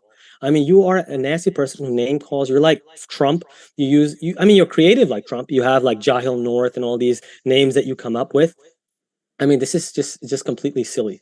And now here you are cheating again, talking to your audience because you're a cheater, and you just lie. You're just a serial liar. This one coming in from, all right, Daniel, I'll give you a chance. You guys have to stop, um, let's see, attacking each other in every question. Daniel, if you want to give No, a quick rebuttal. yeah, just have him recite Ayatul Kursi. Just the third word. Can you do it? I gave you the first two. Yeah, You it's can't. so How tough. many- I can't do You it. can't. Yeah. Yeah. You This clearly one- can. This is humiliating. Oh yeah. Yeah. Yeah. This one coming in from Jimbo. Let's see. Yeah, okay, Jimbo, I gotta ban you, man. You can't use anything like that. Josh says Daniel's wife literally has videos with her face on his channel. This is absolutely ridiculous. Okay, go ahead, No, she Daniel. doesn't. She's wearing a face veil. People don't understand the Yeah. concept of Cosplay. niqab.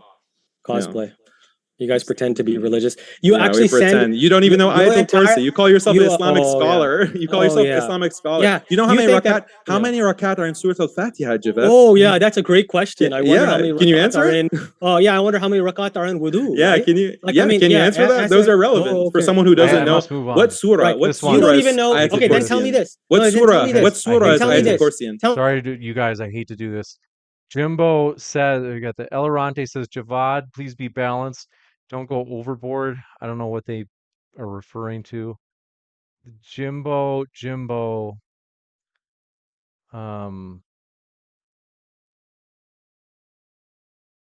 says MAGA. Okay. Dr. Omar, Muslim theist, says, Daniel, do you now denounce the Al Qaeda people you were promoting? Yes or no before you qualify your answer if you have to qualify it. Can you respond without insulting Yes, Javad, please? I have denounced Al Qaeda. I have denounced ISIS. This is a smear that certain people, because they have certain views, religious views, that they are supporters of terrorism. That is the claim that smear merchants like Jafed use to get people into trouble. That's the problem. He's a Fed, so he makes this claim that, oh, because you have certain religious views, that means you support Al Qaeda or you support ISIS. This is exactly CVE. This is exactly what we have been discussing about in this debate.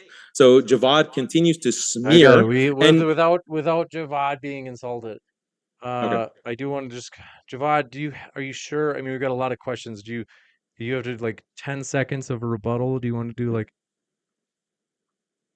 So Daniel is always like he spreads lies this? and he Okay, says this is that just an wait insult toward wait this is Daniel. no it's not it's not an No, insult. I'm It's not sorry. an insult. You I just want started okay. with the wrong. I can't. It's just gonna be forever. You can't start with that and then like Muhammad 7123 says, Daniel, did you see Javad's debate with Robert Spencer? Would love to see Daniel debate Spencer. Make it happen, James. Yeah, I'd love to debate Robert Spencer, but he keeps running away. I've challenged him multiple times. So, yeah, Robert Spencer, if you're listening to this, why don't you face me in debate? You write articles about me all the time, multiple, like, was it like 5 articles now that you've written about me? So why can't you debate me? You can't face me like a man. So this is another person that's in the same ballpark as. Hey James, I just need to deal with a slander that he said against me. That's it. I'm not going to insult him. I just need to correct the record. Just real quick, 10 seconds. 10 seconds, please. 8 seconds. Okay. Okay. So here, Daniel says that because I'm calling him an extremist, that means I'm calling the government on him. That is false. I even opposed the fact that I'm even against Twitter bans against Daniel. That's his right. Here's when he was banned all the way in 2021 against Twitter. This is not relevant to the Q&A. I just found out I do not support such bans.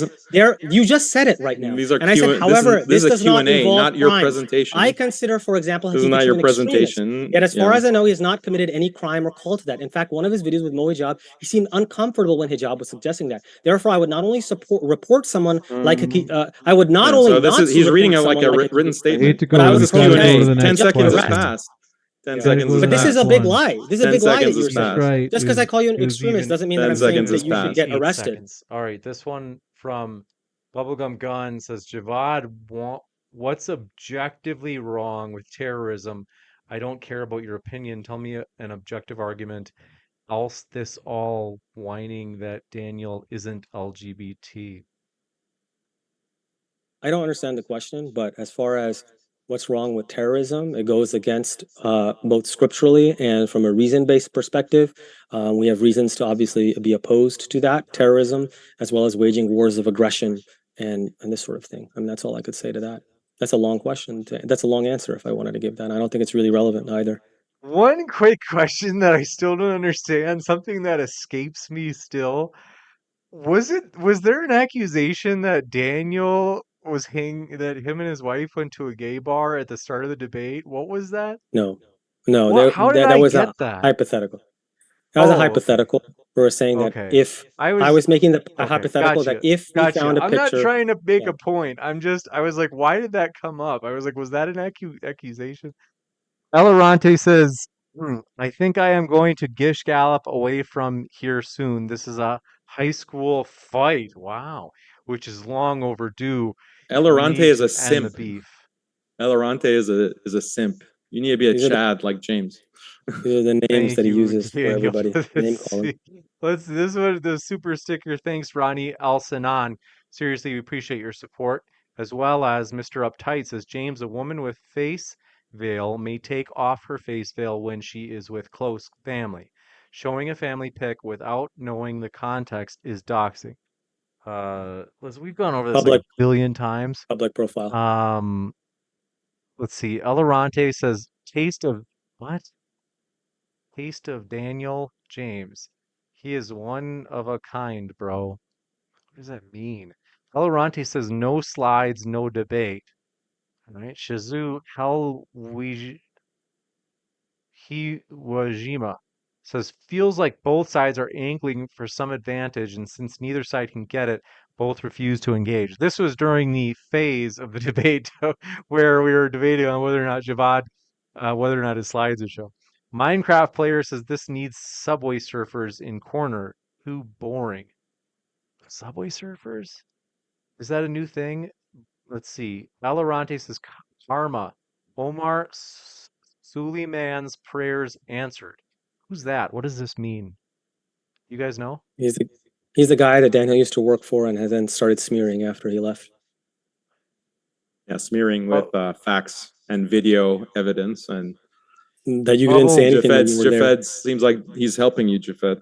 Seems. I'm not making a claim, but seems like I just make a lot of your talking points are insinuation, coming from Yaqeen insinuation, employees. That's why all I'm saying. association, Yeah, it's just affiliation, like if the six shoe degrees of fits, separation. This if the is your shoe fits. Hey, complete here's a question strategy. for you, Javad. Can you be a Oh Muslim God, and I'm not going to reject the answer your 5 daily question. prayers like Khalil? Yeah, Can you be a yeah. Muslim and reject the 5 daily prayers like your friend Do you, Khalil? Can you yeah, be a do you believe? Muslim and reject the So five you, daily prayers? Answer that question. yeah. Yes or Do no? you believe in Yes or ethnically no? cleansing Yes or Shia no? Ismailis? No, I You don't. can No, I This don't. one, you supported Can it. you we must answer? move You Can you forward. supported answer it. that? Can you I You hate answer? to do this, celebrated Can you it. be a guys. Muslim I'm and not your I not hate pray to monkey. the do five this. prayers I'm and not your reject the monkey. I five don't daily need to prayers? respond. Sorry, guys. I hate to do this. There's just so many questions. Bubblegum Gun says Javad's argument is, quote, Daniel is racist and a bigot. I'm guessing you wouldn't agree with that, Javad, if you want to respond. I tried to unmute you. Let me do it again.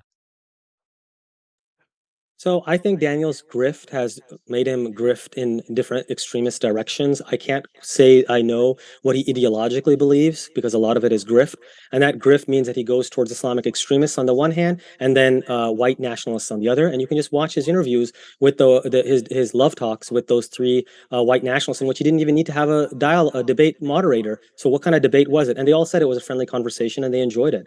And This so one, I think he has deeply racialist views, and yeah, so I think they're problematic views there. JN says, okay, Daniel, really fast. Go ahead. Yeah, really smart. White nationalists at least have the decency not to post pictures of my children in the debate. That's why it doesn't need a Blurred. moderator. Public profile, blurred. Unlike you, Public profile, blurred. To show the unlike This you. grift one of from you and Yeah, Ola, who are part yeah. of JN. the organization. My 2-year-old was grifting. Blurred. This one Completely blurred. My from, we 3-year-old got to was go to this. I hate to do this. JN says, shout out. Thanks for your kind words, JN. That means a lot. Thanks, Fia Vasconcelos. Thank you for your kind words as well. Now we're in the phase of when the stream we restarted. Zaid Barakat says, don't report modern day debate. Don't let Javad the snake escape. Wow. Javad. The faces you guys have made tonight. Doctor Dr. Omar Muslim Theist says, I paid for 2 previous super chats. Will they yes, they will be asked. M Shake says, nobody is listening to your garbage, Juffed. Attacking and insulting people's wives and kids. You might be getting a PhD, but what you need is manners. So I'll give you a chance to respond, Javed.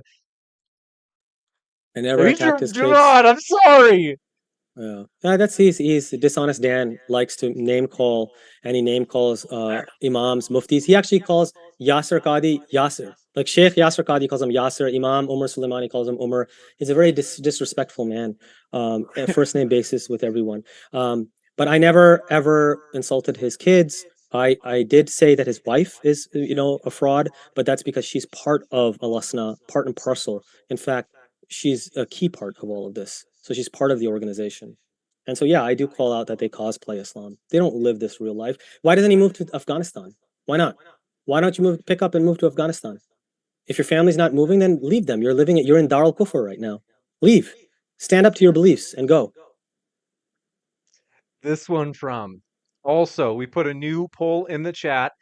This is the Look first at time it. He's ever. talking to his audience still. I mean, this is unfair. You should tell him to stop, James. All right. I just unmuted him so that we have a poll in the chat on whether or not you're a Muslim, atheist, or Christian. And for the first time ever, majority, 52% of our audience is Muslim. So welcome. We hope you feel welcome. Thanks for being with us, folks. This one from M. Shakes says, nobody is listening. We got that one. Richard Delhouse says, Daniel. Okay, that's weird. Pseudonym says, J for Javad pics were blurred. No crying, Daniel, please. Oh, okay. I mean, we've been through this a billion times on the pictures. It's not going to age well. M, Posting it, going after a M man's Shakes. wife in a debate. Like, this is unprecedented. She's part of your organization. How sleazy. She's how key sleazy. part of your organization. What Stop a trying to sleazy. Yeah, she's a key not a part. random She does person. some classes on She works for homeschooling. She's Alasna. a key part. She's part of your programming. What a sleazy She comes on your slumbag. YouTube channel and she Scumbag. justifies Pig. regressive, Oink, oink, misogynist pig. views. You're a coward. You go after a You're the man's coward. wife and You're children. the coward. You're never going to live this Yeah. down. These clips are going to yeah. follow You're you for the rest of You're your the one. life, inshallah. You're the one who propagates These this clips fraud are of going a to wife haunt and you comes for the on your rest of channel your life, and she inshallah. propagates These clips of you not I hate to being do able this, to you guys. recite I hate to do Ayatul this. Kursi I is hate going to do to this, follow but I you gotta for mute you. Sorry about that. Let's see. And Dalhouse, it's true. I'm not reading your super chats. Dalhouse, you've been using some really bad language in the chat. You're like seriously. In fact, I'm just gonna ban you now because you just don't. I forgot that I mentioned I was gonna do that. I do want to say, folks, we cannot take any more questions, so don't submit any more questions. This one from Pseudonym says, and public till to debate, no more cry, please, Daniel. Okay. Jimbo, we got that. Amir says, Jafed, the type of dude to pretend to be asleep in the car so his homies can carry him back home. Okay, is this true, Jafet? Have you done this? No, I'm kidding. Okay, this one from Pseudonym says Daniel's the prophet for Islam. Jafed, go. Let's see. Man, do you really have to read out all of the insulting Yeah, you're statements right. by These are pretty lame. his Sorry about multitude of drones? Let's see. We're gonna take serious questions. It is There, true. he's just talking to his audience again. This Cheating. one from Mr. Cheater. Uptight says, I have to, one thing to keep in mind is that Daniel, like, probably even right after this debate, if he does an after show, will be talking to his audience. It's cheating, So, like, James, but he shouldn't do it during the debate. I mean, it's cheating. And I going forward, agree. I would like you his should tell focus him to that be that's part of here the on. rules. I would like for his focus to be here on the debate.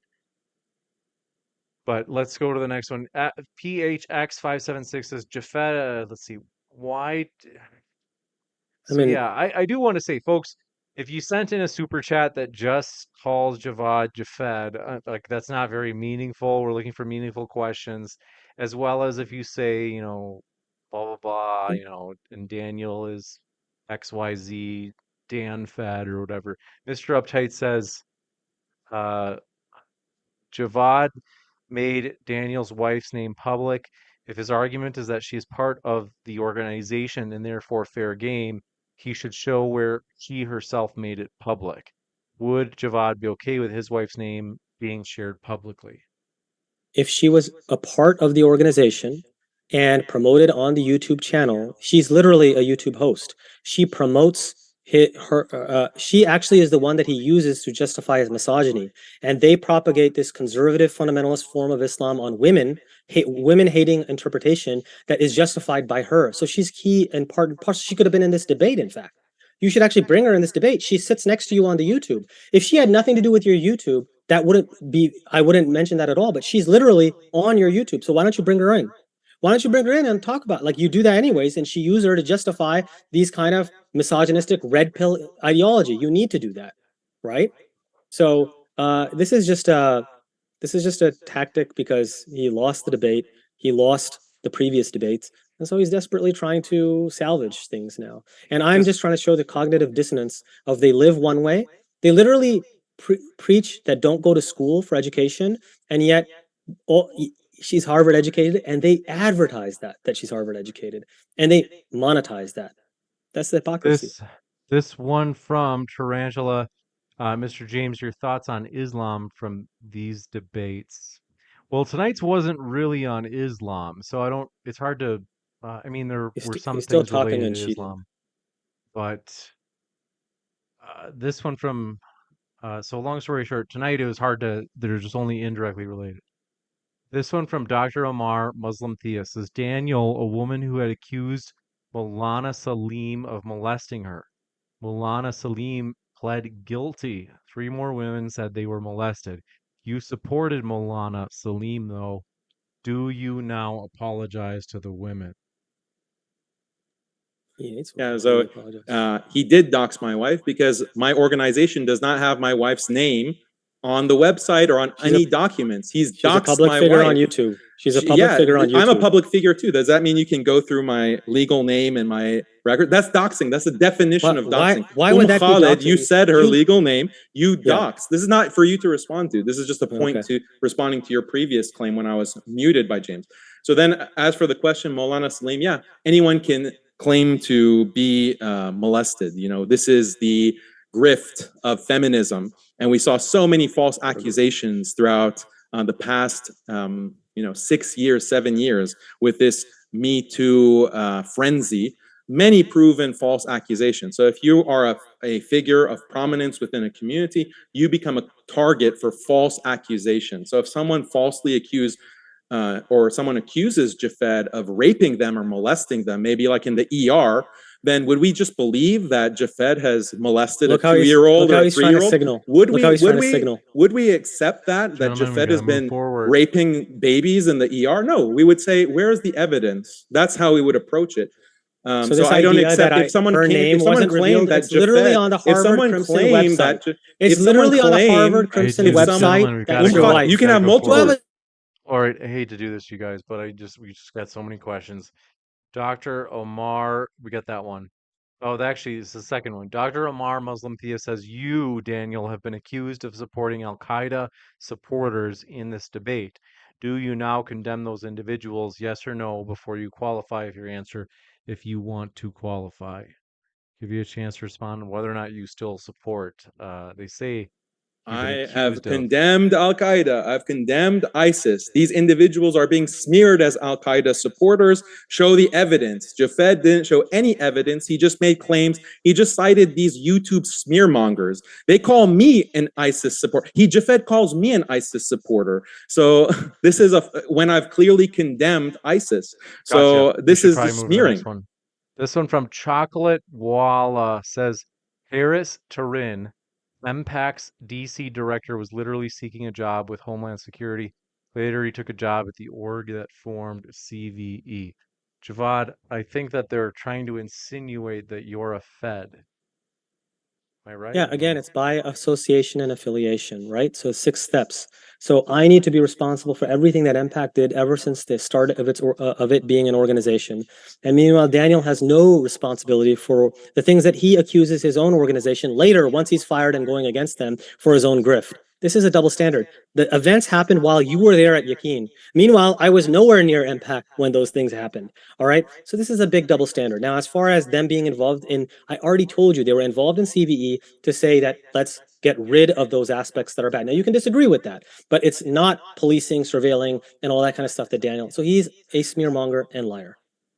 So like to respond to him calling There's no me a reason. liar. He doesn't need to respond to that. Yes, I do. There's I do no need to response. respond to that. The response not. is that I Then I'll actually, respond when to I it. found Really out that short and Yaqeen is sweet. practicing something unethical and distorting Islam, You I didn't speak on criticize it him. there. You didn't You speak are on not it then. criticizing MPAC. You're defending MPAC. That's the No, difference. I've So been what kind of principled. analogy No, are you making? I've been This is principled. I said that I this is disagree with certain things they've done. so I'm so being then you agree principled. with my I'm not a critique of scumbag MPAC. like you and go and You attack agree with my somebody that critique about MPAC. So you agree with my critique of MPAC I do that they not. No, supported not at all. CVE. No, Okay, then what because do you condemn about them? What do you I condemn already, about MPAC? I already. Okay, What perfect. do you So now condemn? So now let me speak. You keep interrupting me. Condemn So MPAC. now, yeah. So unlike you, who goes ballistic on Yaqeen, going from 1 year saying Umar Suleiman is a great scholar, unrivaled. He's in a tough I never said position. that. You're just. I have the quote. I said he's I have the quote. unrivaled. He's No. unrivaled. You have this. He's unrivaled. Where did I say he's You didn't say unrivaled? unrivaled. Yeah, you didn't say okay, unrivaled. Must Okay, move so you forward. think that you must move on from your dumb. Yeah. No. You said that he is. Oh, actually, let's get the Yeah, exact I quote. addressed. Oh, you want that? Let's get the I exact said quote. I praised him. Let's get the exact quote. Big gotcha. I praised someone, and then I found out other information about the person and actions that he committed after I made that Gotta statement, move. and I clarified. How is I've this a gotta move gotcha? forward. So stupid. Jimbo Yeah, says, lies. okay, they say Javad is the Clinton-backed globalist. Daniel is the Groyper who represents and lifts up the neglected, abandoned white Muslims. Is this person trolling? Is this serious? Or Yeah, are I'm they not a joking? racist. I'm You are. white These are your white Muslims, nationalist buddies. These are Bosnian white nationalists. Muslims, I Turkish love- Muslims, I Japanese love white Muslims, people. Indian Say it again. Muslims, I African love white people. Muslims, You never said Cuban I love black Muslims, people. I wanna hear You're a from white Javad. nationalist. I Black think it was Muslims. You're a I white love all nationalist of them. Javad. I love all of them. Go ahead, Javad. I think Right. that they were attempting to target you, so I'll give you a chance to respond. So Daniel, yeah, that's his white nationalist buddies who are signaling that they understand his white nationalism. He goes on a white nationalist, has his friendly chat, repeats that I love white people. That's the time to say I love black people when you're against a white nationalist person. That's the time not to reinforce that black people are more criminal or more violent or that they need religion more than white people. These are the things that I you think said, that they were Daniel. attacking. The super chat was targeting you. I want to go to the next one. What one was it? Where are we? Oh, Abdul Halim says, Daniel, is it true that the reason you always wear fob, am I saying it right, is because your stones are too big for your pants? So are they insane? Okay. Hitchens Boot says, James Daniel says YouTube took down your live chat, except his stream also had Javad's slides with kids in them, and yet his live chat didn't get taken down. Actually, I want to be as objective and fair as I can about this. I know that seems like a knockdown argument, but it isn't actually. We don't know who did it, and so I don't want to indict Daniel's audience. Like I said, most of them have been supportive. Most of the folks at Daniel's channel have been supportive. There are some critics, but we have critics at our own channel too. The reason that this isn't a knockdown argument, though, is I thought about this as we were going. Sometimes YouTube will censor one channel's video, even though the exact same video is on another channel and it doesn't get censored.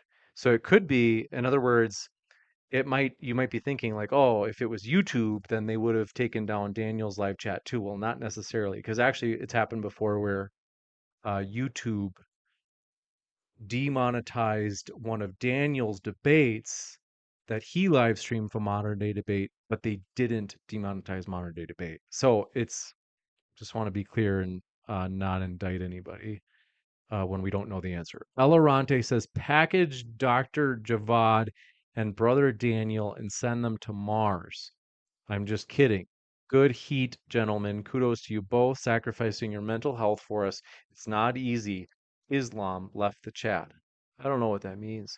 Dr. Omar Muslim Thea says, Daniel, was Joseph and Uncle Tom, should probably not say the word Uncle Tom on the stream either, says, was Joseph and Uncle T working for the king of Egypt?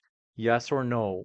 Was Esther a sellout for working for Persian Empire to help save Jewish people? Yes or no? I'll give you a chance to respond, Daniel. Working for the government doesn't make you an Uncle Tom. When you work for a corrupt government like the US government that's actively involved with killing Muslims, surveilling Muslims, entrapping Muslims, involved with colonialism, involved with oppressing Muslims, involved with literal genocide and cultural genocide, that's what makes you an Uncle T or a native informant like Jafed. And so this is really a moronic point. Just working for, my claim was never that if you work for the government, there's can be a pious government, an Islamic government, or even a non-Muslim government that is still just. That's also possible, and Muslims can work for a just government. There's no contradiction in my point against colonial Uncle T's. This one coming in from, let me see here. I've got a little glitch on my. Elaronte says Javad is not a liar. Disagree with his stances, but he is consistent. This one coming in from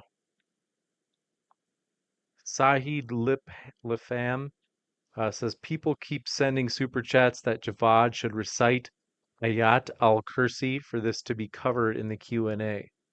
I don't know what this means.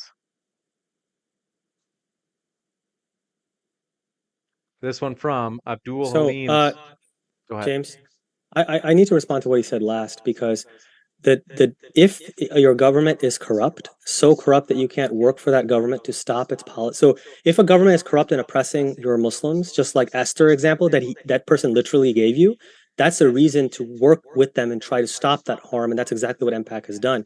Now, if you think that that's not possible, then you should stop paying taxes to that government and leave. Go to Afghanistan, keep your word, and leave the country. You can't have it both ways. Either you stay here and pay taxes, and then you should have a say in how to use those taxes and prevent harm from your American Muslim community, in which case you need representation in the government. If not, leave. You just sit isolated with no responsibility, no accountability in Texas, in your basement, and stay whatever you want and harm whoever you want, because you're getting paid by these, maybe you're an agent provocateur, who knows, but you're at least getting paid by your grift. And so if you have no disagreement with the U.S. government. If you have a disagreement with the U.S. government, you have to move. So you have no disagreements with the U.S. government. You're paying taxes, so why don't you move from the U.S.? Because you're in the U.S. and paying taxes. Because I vote. You have to agree with everything what the government does. Do you believe in voting? Do you believe in voting? I don't vote for. So you don't vote. One so you don't pig believe in versus voting. another. You believe it. So do you believe it's Many haram people to vote? don't vote. Many people don't. So you don't believe it. You believe it's haram to vote? There's an ikhtilaf on that issue. Okay, so you don't vote. You just say, "Here's my taxpayer money. Do what answer you the want question. with it. Go harm. If go, you disagree go with the wage government, wars, you move. aggression. Javad, you agree with everything that the U.S. government does, right? Otherwise, you should move. No, because I can actively work against it. I can speak against it. Well, I can you left lobby MPAC. my government. You were I with can MPAC vote. for. Yeah, you were with MPAC. yeah, because I can still use my voice as an academic and speak I can out use against my the voice government. too. I have a website. Yeah, it's but called then- Muslim-Skeptic. yeah, I but use then- my voice to so then- advocate for So then, justice. why would you be opposed to voting? I to advocate vote for people justice. who I are try to against- influence No, you don't. the You U.S. don't actually do society anything. No, you by don't. advocating for You lit- justice. Yeah, you just like you literally- advocate with voting, I advocate with my website, with my activism. Why don't you do that in Afghanistan? You don't need internet. Why don't you? You Why just don't need you? internet. Why don't you Why would do I your go to activism? Afghanistan? Why I don't think it's you do your barbaric. Why would I activism go from to Afghanistan? overseas? You You're disagree the with the U.S. government. but You're the one. Your tax Because I dollars can are going to the actively U.S. work government. with the government. I can Yeah, I actively know. push I know. back. You I actively can work for the actively push feds. back. We know that. That's Oh, why yeah, you're a pig. Again, That's a lie. why. Again, Let's a lie. go to the next See, one. Do blatant liar. appreciate it. You're a smear This one merchant. from, hate to do this, gentlemen. How Random much more commenter of says this? Javad is a Clinton-backed. Okay, we got that. 10001. It'd be nice if I could move to the U.S. to Afghanistan without the U.S. bombing it, like you'd be arrested MPAC there by the Taliban. promoted. That's what would happen. It'd be great. Hold on. 1001 says, ask them both to recite Surah An-Nas.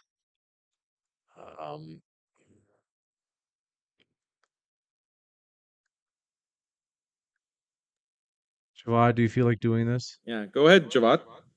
I don't. قُلْ أَعُوذُ. We're gonna go with the next one. Random Go ahead. commenter says, Do you know the verse? You don't Do you think know I Surah know An-Nas? from- Do you know Surah An-Nas? I Do you know refuse. Surah An-Nas? You really think that I don't know that when I lead Yeah, khutbahs? I think you don't know that. I lead khutbahs. No, I you lead don't. the prayer. No, you don't. Nothing personal, but Chocolate Walla says Jafed keeps blabbing. Okay, got that.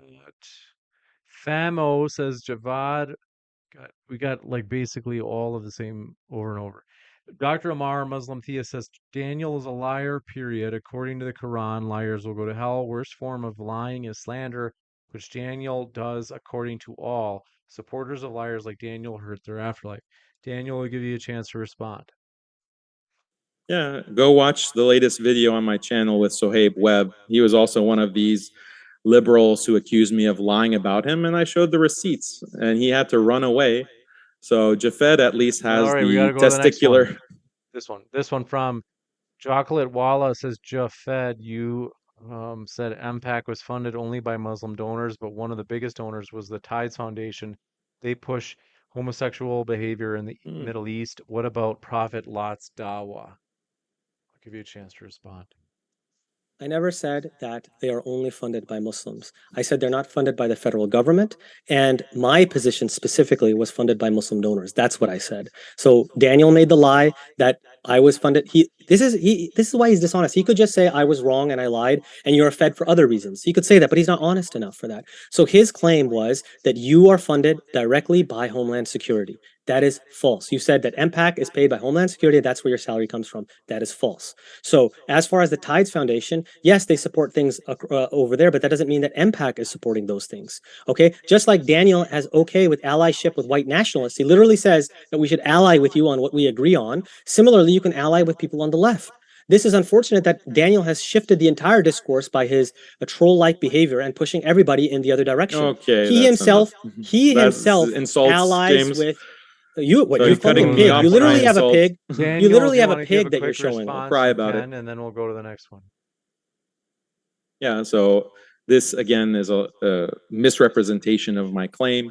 My claim is that I have the quote. that MPAC benefits financially from its connections to the federal government. That's because of its legitimacy that it gains from being affiliated with the federal government, with having a president that's literally taking selfies with presidents and presidential candidates. So it benefits financially from the government, and it's involved. It has been involved, as you have admitted, with applying for grants and getting grants from the government specifically for policing the Muslim community. So that's all my claim was. Lie. It's backed by That's such a facts. lie. They literally from oppose policing. Elorante. They work with the government to oppose policing. You read Why certain do you verses of lie? the Quran, you're a radical. You have This to one be from Elorante. That's neutralized. false. That's Says false. They didn't even say Dr. that. They saw the okay? screenshots. They saw the No. articles. Yeah. This No. one they say, False. Dear Dr. Javad, this is Elorante. Since they will run with this plot, I'm asking if you could please recruit. I'm asking to hear Quran. Forget about Daniel. Okay, looks like Javad shaking his head no. This one from Richard, no. Folks, if you say anything like ethnic slurs in the live chat, you know you're going to get banned. So don't say anything like that. 10010 to both. Is slander haram? Is calumny haram? I would guess both of you would say yes. Okay, fair. This one from M Shake says Javad knows might know Ayat al Kursi, but he cannot recite. Okay. Same thing we've heard. This one from Famo says, Javad, how did you feel sitting there in your room? Let's see. They said, what does it matter to you what Daniel's wife does? I think this is covered earlier in the debate. Javad, if you want to respond, you can really quick because we may have to wrap up soon. So, okay. You know what? Just so we end this kind of nonsense about recite a verse. I mean, I could do that. The thing is that they're going to like hyperfixate on every little inflection point, and that's what they want to do. This is part of their game. When they can't figure out an argument, traditionalists will say, "Oh, look, he can't recite the Quran in this specific way or not." So, look, Surah Hayatul Kursi is in Surah Al-Baqarah, so I don't have that memorized. Okay, it's the longest surah in the Quran. But as far as making the Quran a toy, I mean, you asked me to recite, Surah An-Nas. I mean, I could do that, but they're gonna just hyperfixate on my pronunciation, and but we can do that. Okay. أعوذ بالله من الشيطان الرجيم بسم الله الرحمن الرحيم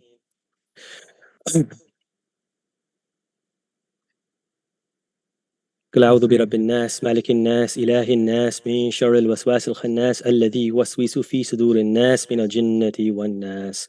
بسم الله الرحمن الرحيم قل أعوذ برب الفلق من شر ما خلق ومن شر غاسق إذا وقب ومن شر النفاثات في العقد ومن شر حاسد إذا حسد بسم الله الرحمن الرحيم قل هو الله أحد الله الصمد لم يلد ولم يولد ولم يكن له كفوا أحد. We could keep going on and on. I don't have the best pronunciation. I didn't want to pronounce it because of that reason, but I speak Arabic. I speak it with an accent. I mostly focus on reading Arabic. I have better Arabic than Daniel. He might have better pronunciation than me as far as Gotta go to reciting the the Quran, next but the one. Quran is not a toy. I hate to do Okay. this, but this one from Dr. Omar, Muslim theist, says, got that one. JN says for Daniel, what do Mad Collies do to boots? Please tell me I didn't just read something inappropriate. This one from Muhammad S. You want to respond, Daniel? I'll give you a quick response. They lick them. Okay. This one from Muhammad S. I didn't see a question. Let me know if you have one. Alexander says, Daniel, you let your wife go to the store alone? Yeah, that's allowed. That's permissible. Alexander says, Dan admits his wife only wears niqab sometimes. Yeah, when she's sitting in a family gathering, yeah, she doesn't wear it with relatives. That's true. And we're with our kids. Elorante says, Daniel makes money out of Muslim audience. That's just a fact. I hope he does well. What can I say? Mahum. Yeah, like anyone who is involved with activism, they need funding. Every organization asks Release for your funds. financial records. Yeah, so we have Release your financial records. Yeah, so we can't do that. Why? Because we'll get doxxed. Our children, like the Good MS team, excuse. doesn't want their children Yeah. on YouTube. Your wife put to her own picture up for everybody to see on public. You lied about that. You doxed yeah, you my lied about family. that. You're James even like, this admitted is- that it was a public Look at this. profile photo. And I am the one who blurred out. People can find pictures of your family, private photos of your family members, that would not and then be post allowed. them publicly. That Yeah, wouldn't- they're that public wouldn't be allowed. photos because of tagging. Like, you haven't made them private on Facebook, and then some Gentlemen, loser like let's you move to the finds next them and one. posts And them publicly. I didn't show anyone. We can other do than that. somebody People who's can do that. I don't want anyone to do this. Is I don't my want, family? I don't want Is my anyone family to on go my and- YouTube? Are they I don't part of my want organization? anyone- I don't want You're anyone. You're talking about people. You're talking I don't about want people. anyone. Okay. Next question. Mahmoud says, great job, James. I side with Daniel. These liberal Muslims want to whitewash Islam to appeal to Westerners, unlike him who preaches true Islam. Do you want a quick, pithy response, Javad? Do you feel compelled? Do you need one? Okay, really quick and short and pithy. What was the exact point that he said? I mean, they're just saying that you're trying to water down Islam to make it more appealing to Westerners. That is not the point of the debate today. Even if you don't like my religious views, that's irrelevant. The point is that you can be a deviant and even be a sincere deviant. So even if you take me as the worst deviant that ever lived, at least I'm not a serial liar and smear merchant. And so Khaled. Daniel. All right, Khaled Das says, you both have decent talking points, but for the love of goodness, both your Arabic pronunciations are horrible. Wow. So uptight. Say, let's Arabic debate pronunciation is not a sign of the truth. What is actually understanding the Arabic and being able to read the classical sources, which I assure you I can do better than Daniel. Alexander says, Daniel, why do you have a haram pig toy? Is this true? Is this haram, Daniel? No, stuffed animals for little children are not haram. There might be ikhtilaf on that. He literally probably bought it for this debate. He bought it for this debate. No. Yeah, you did. It fits you. It fits you, right? Admit it. You bought it for the debate. It's funny, right? James kept laughing at you. But you debated it, right? You bought it right up for the debate, right? What if I did? Like, what does that prove? Yeah, because it shows you're a childish little kid. That's what it shows. All right, come on. Alorante says in Joe Rogan's voice, and then all heck broke loose. Maneem says, Javad, the word is ilah. What is the fourth word? I'm not doing this joking. We're making the Quran into a joke. I haven't memorized Surah 2. It's the longest surah in the Quran. Yeah, you're the joke, Daniel. You're the one joking. Children. You're like my 5-year-old has memorized it. Aziz says suicide bombing is haram, prohibited. Some Ikhwanis, Al Qaeda, ISIS Hezbollah, and some Shias support this deviant, innovated practice. I completely reject suicide bombing and terrorism. We have an article on Muslim-Skeptic.com titled, "Is Jihad the Same as Terrorism? Undoing 2 decades of anti-Muslim war propaganda." It makes our position very clear. We condemn all terrorism in all its forms and terror groups like ISIS and Al-Qaeda. Do you condemn This is not Sheikh Q&A for you. Al-Alwan? Do you condemn Sheikh Show me that. Al-Alwan Show me that he. for Show me that suicide he. bombing? Show me that he encourages attacking civilians. Show me that. Prove that. Well, okay, so you're okay with suicide bombing otherwise? If you're okay with Sheikh, suicide bombing no, otherwise? I just said I rejected it. I just said we condemn it. But if you can prove that Sheikh Al-Alwan, prove that he says, yes, you can attack civilians, I'll say I condemn Sheikh Al-Alwan. How about that? Okay. Is that a deal? Prove All it. right. How about this? How about if I can prove to you that they use a sheikh that you are connected to for saying that you can kill Shia as laypersons because they're unbelievers? Is that something that you're going to condemn that? Yes, okay, so then why don't you condemn the people? Why don't you condemn those sheikhs? I don't consider Shia non-Muslims. Yeah, I don't why don't you consider Shia condemn the non-Muslims. people? But why don't you condemn I don't the people support any terrorism against so anyone. You don't, yeah, you can say that, but you literally support the sheikhs that Al-Qaeda and which sheikh? Which sheikh? I just told you, Sheikh Al-Alwan is cited by Zarqawi. Show me where he. Yeah, you can cite anyone. A terrorist can cite anyone. That doesn't mean that sheikh supports terrorism. Show me where Sheikh Al-Alwan supports terrorism. You can't answer that. Literally, show me where he supports. I'm telling you right now. I'm literally telling you. I'm literally telling you right now. He says, Zarqawi says, there are scholars who have spoken of lay Shias as unbelievers, like, and then ... Sheikh Suleiman Al-Alwan. Okay. No, yeah, there are many scholars that who consider Shia to be non-believers. Yeah, and he's using this. That's not terrorism. He's using that. Zarqawi is using that to kill Shias. That's literally the point. That's not on Sheikh Al-Alwan. That's not on. Yes, it is. If you are a sheikh that's being used, you use. There are many. There are many. There are many shuyukh. Yasser Qadi. Okay, when Ilhan Omar, somebody supports Ilhan Omar, you suddenly say that you can't cite Ilhan Omar supportively. Otherwise, you're incriminated in all of her LGBTQ stuff, right? You said this about Sheikh Yasser Qadi. You said this about Omar Suleiman. That if they speak approvingly of Ilhan Omar, then they're condemned for that because of her LGBTQ views. So why is it the fact that here, when it comes to extremists who are used to justify killing Shias, how come then the same logic does not apply, Daniel? You're bungling the logic. If it was in your analogy, Sheikh Al-Alwan is like Ilhan Omar. It's the opposite. The problematic person is the one Zarqawi that you're saying is justifying killing Shia. He's problematic. Sheikh Al-Alwan is not saying kill Shia. There are many Sunni scholars. There are many Sunni scholars. Way too much. I hate to do this, guys. We could go on any topic forever. Famo says, Javad, your opening statement was only personal attacks against Daniel. Is that because you're mad?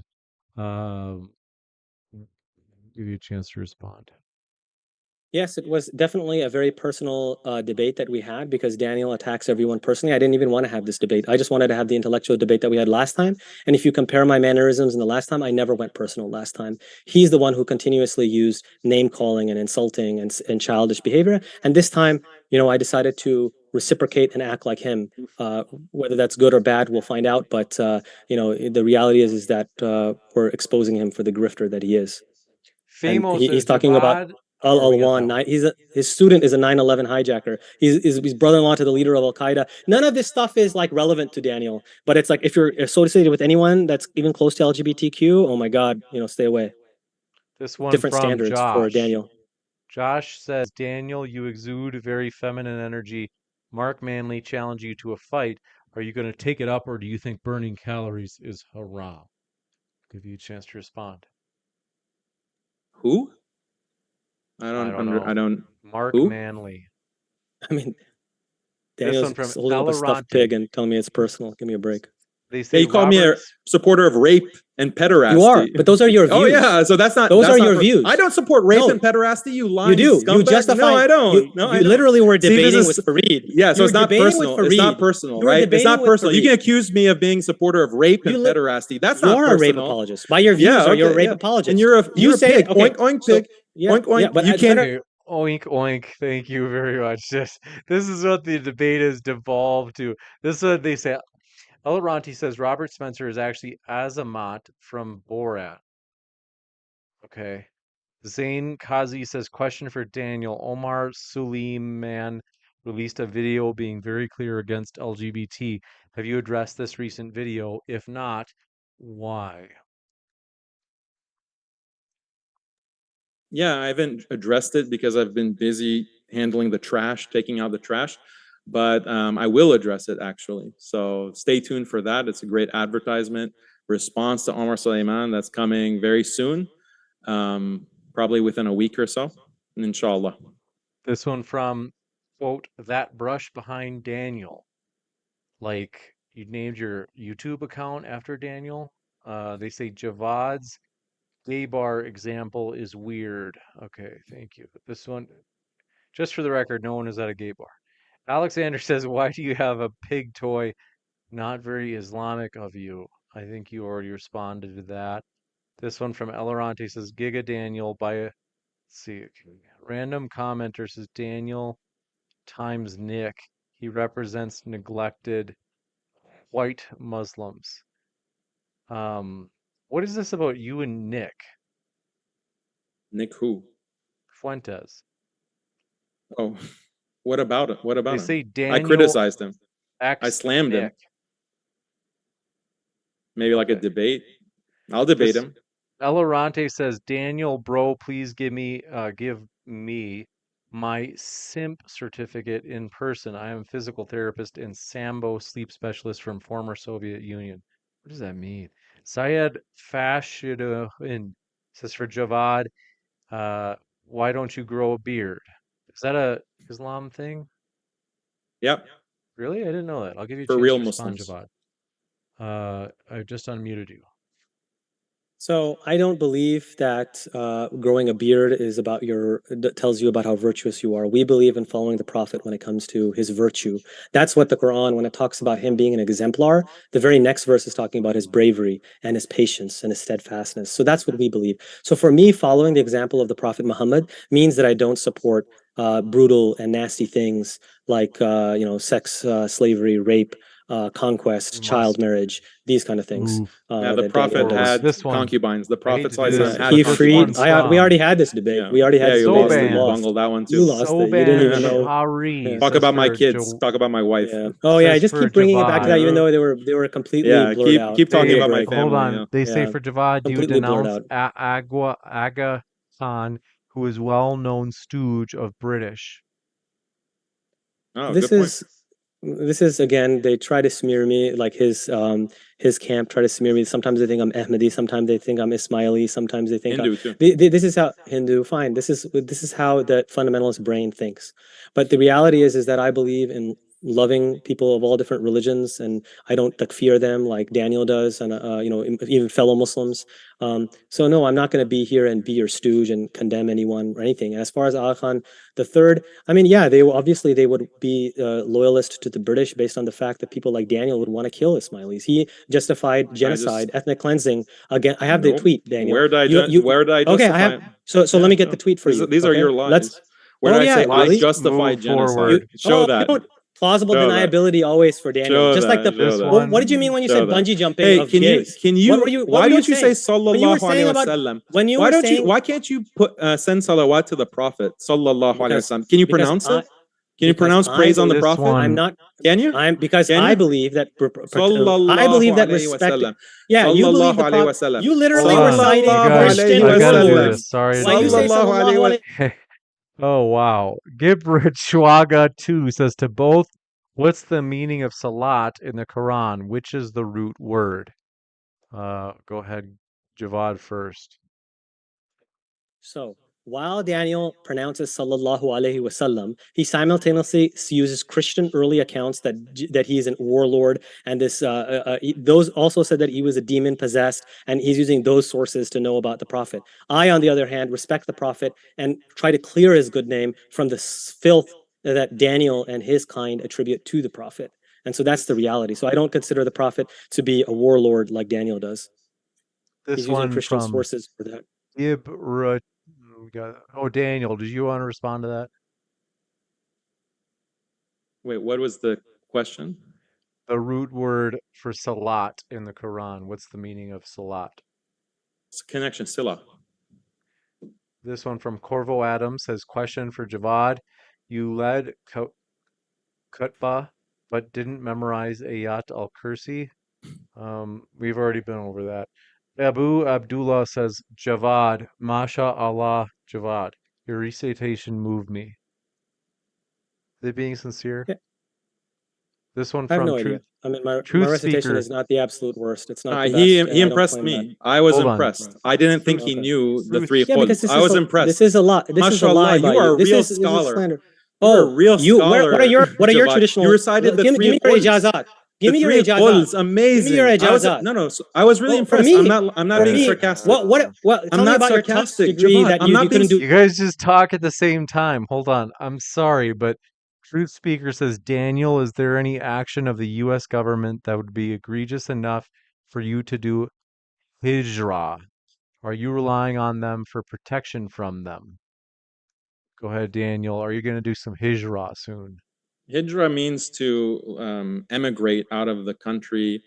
So yeah, if the U.S. government banned education of children, like homeschooling and being able to control education, then I would personally try to do hijra, and I would recommend that other Muslims in the country do hijra. The problem is that the U.S. bombs countries that don't impose its liberal ideology. Like that's the problem with moving to a country like Afghanistan or even countries in Africa, because the U.S. is constantly attacking and boycotting or imposing sanctions on countries that actually implement Islamic law. That's the problem. The rest of these super chats look. There's one positive one. Totolino said, "Thanks for the debate. Have a good night. All credit to the speakers. They are the lifeblood of the channel. They're linked in the description.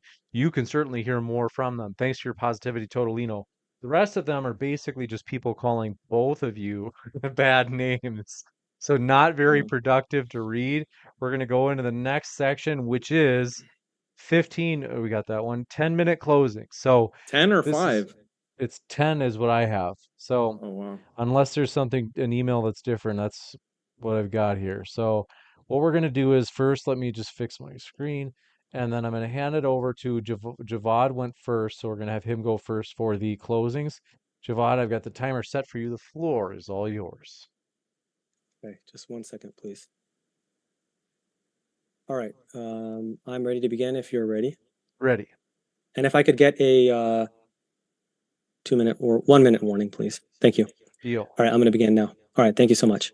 Let's recap how this dialectic began. I have been challenging Dishonest Dan for a long time to debate on the topic of Islamic modernism, which is the very thing he rails against all the time.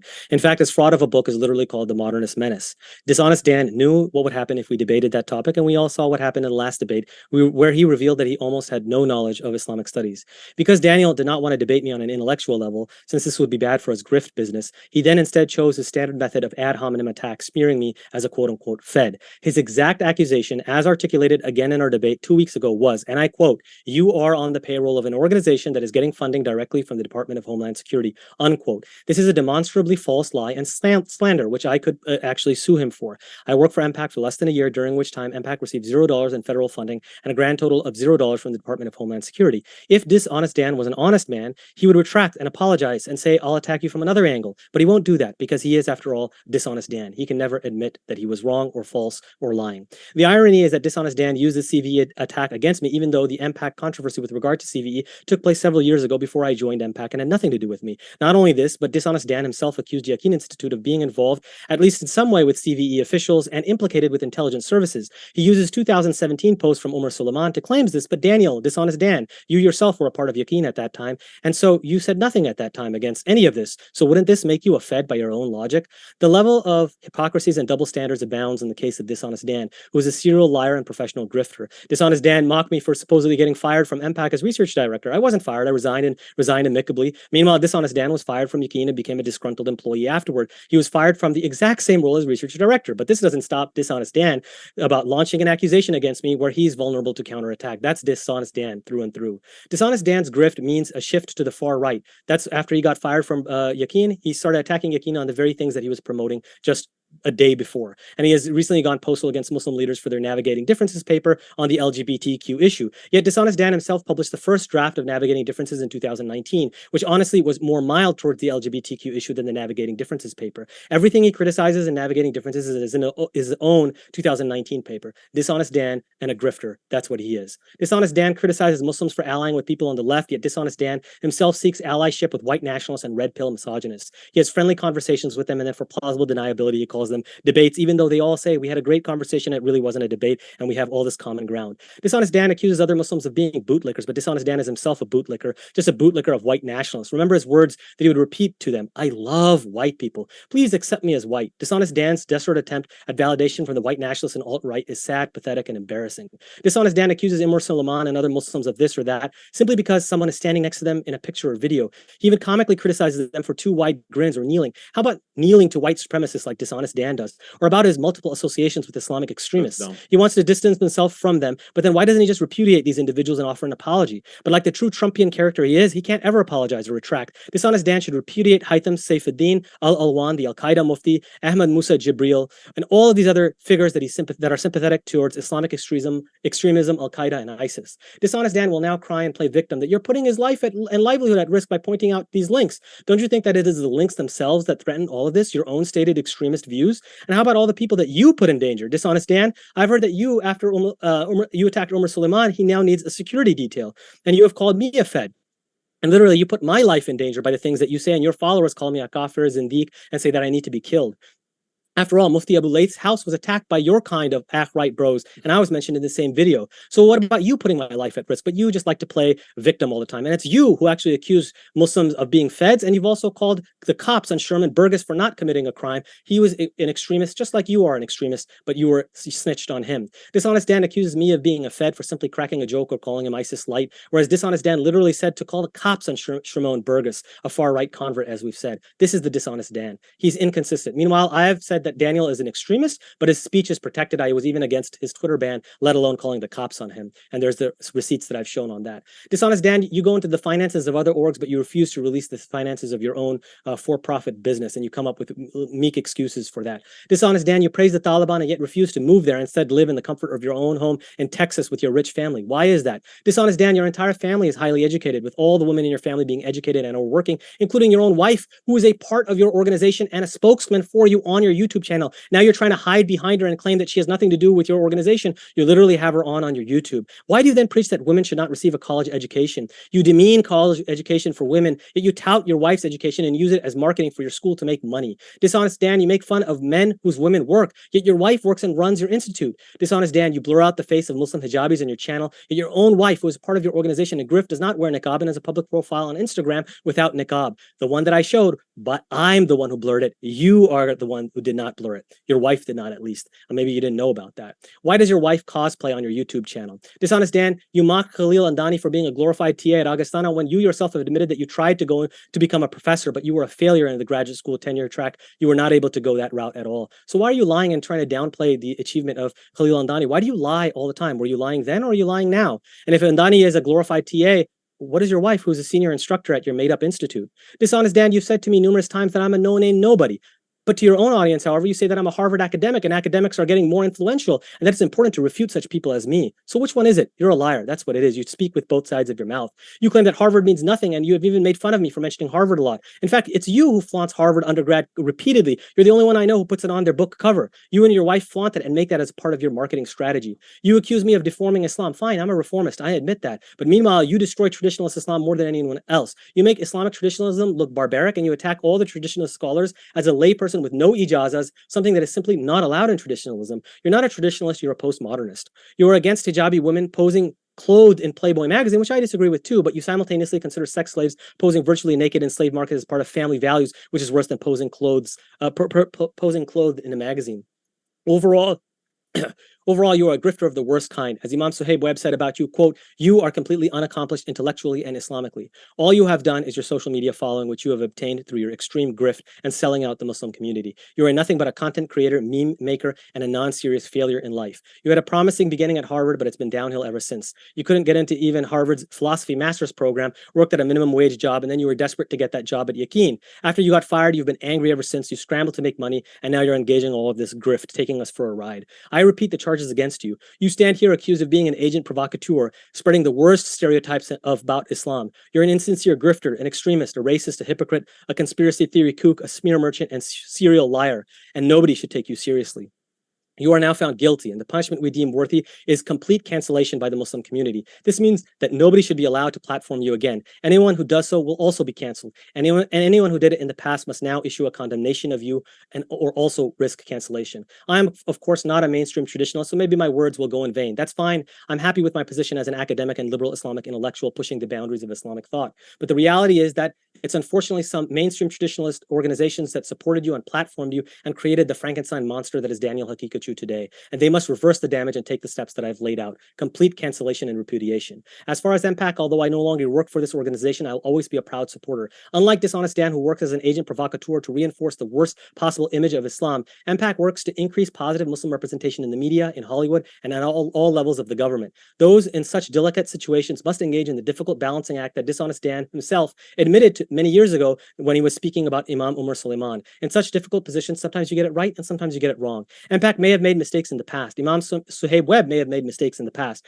Imam Umar Suleiman may have made mistakes in the past. But all of them have done immense good for our American Muslim community, and you have done nothing for the American Muslim community except divide them and spread fitna. You have favored grift and self-enrichment over service and community. You are a failure in this life, and you threaten to be a failure in the next life unless you cease and desist from this destructive path you have chosen to take. I sentence you now to cancellation. May God have mercy on your soul, because we do not. We'll jump over to Daniel for his opening statement or closing statement. Long day. Thanks very much, Daniel. The floor is all yours. Yeah. Go ahead. Can you hear me? I thought you were muted. Go ahead. Yeah, so Javad claims that he's getting death threats. Every public figure gets death threats. That's part of being a public figure. The difference with Javad is that he uses terms that gets you in trouble with the federal government. This is Fed behavior. He's done it in both of our debates, and that's the difference. Every public figure gets death threats. So what? But you invoke language, and this is your plausible deniability. You say, oh, I don't want you to be attacked by the government, yet you use the triggering red flag language to smear someone as a supporter of terrorism, as you've done in this debate. This is exactly what CVE is about. You've demonstrated the worst aspects of CVE in this debate. Like, this is embarrassing and quite shocking behavior from you. It's true, when it comes to critical race theory, I don't accept critical race theory, but that doesn't make me a white supremacist. This is a bizarre accusation from someone who is literally promoting a white supremacist, Sir Sayyid Ahmed Khan. You literally praise him and you say, yeah, he has some white supremacist views, but I think he's being judged too harshly. Like, that's your perspective on a Uncle T, native informant, colonizer. You did dox my family. I think that's the biggest news about this debate. You showed pictures of my children.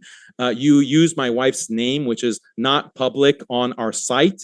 You claim that, oh, well, there's articles that have her name, but how do you know, like, if that's my wife or not, my current wife? You don't know that. This is what doxing means. So you've doxed my wife's name. You have posted pictures of my children. And anyway, what kind of scumbag, even if my wife is involved with my organization, what kind of scumbag, like, just focuses so much of his talking points on my wife? Like, this is a really bad look. It's disgusting. I'm shocked that you would take this. It's like, you talk about suicide bombing. You basically torpedoed your own career for the purpose of saying my wife's name and showing her picture. Like, this is so stupid. I hope Khalil didn't encourage you to do this, because if he did, he's really your enemy. And Khalil, by the way, man up and debate me. Stop running. Okay. It's interesting. Javad couldn't confirm that you're a Muslim. because you don't pray, you think it's permissible to drink alcohol. Yeah, you consider someone who doesn't accept the daily prayers, who thinks that it's fine to eat during Ramadan. He believes Hey, don't interrupt my opening statement. Come on, James. He doesn't believe that you need to pray or fast or do Hajj. You think he's a Muslim, so that's very interesting. Why won't Khalil debate me after I took care of his puppy here over 2 debates? My wife does not have an Instagram. This is a blatant lie. Have you heard of impersonation, Jafed? Have you heard that you can impersonate? There are so many accounts that are impersonating me. I really hope no one impersonates you on Twitter or on Facebook or anywhere else, or your family members. This is something that is extremely distasteful, but it happens to people. So my wife does not have an Instagram. You say I'm anti-white, but I defend Andrew Tate. Do you know Andrew Tate is not a white man? He's half black. So where's the racism with that? I had a minimum wage job after grad school. Yeah, are you looking down on that? It wasn't minimum wage, it was 12 bucks an hour. I was in a difficult situation and I worked hard and I got a job in the tech field. I worked in the tech field for about 8 years. Alhamdulillah, it was a great experience over multiple companies in Silicon Valley. So I have been a professional for a long time. Yeah, you couldn't dox that, could you, Jafed? Go and dox my employment record, and you'll see the companies that I worked for in Silicon Valley. I worked for companies like Staples. I worked for Fortune, or I didn't work directly for Staples, but I worked with them as a client. So this is like such a stupid smear with your disgusting, arrogant elitism. Yeah, so you didn't answer the questions I posed to you about MPAC's pro-invasion stance. You had no response to that. Their pro-Zionism, you had no response to that.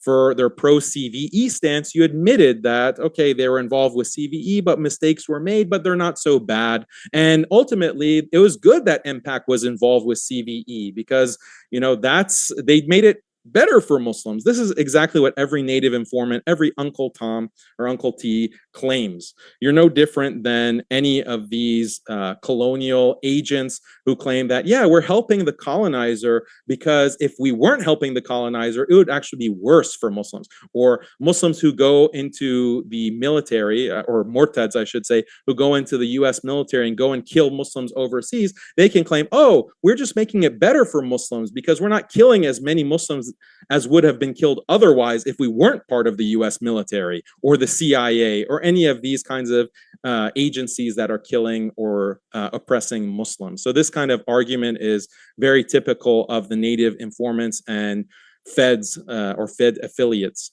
Let's remind everyone that you begged me to delay the debate. And James is here, he can confirm that you begged me to delay the debate. And out of my kindness, I granted you that. And then I found out that you were sharing or you were following. There's like multiple accounts that dox me with just 2 or 3 or 10 followers, and you follow every single dox account.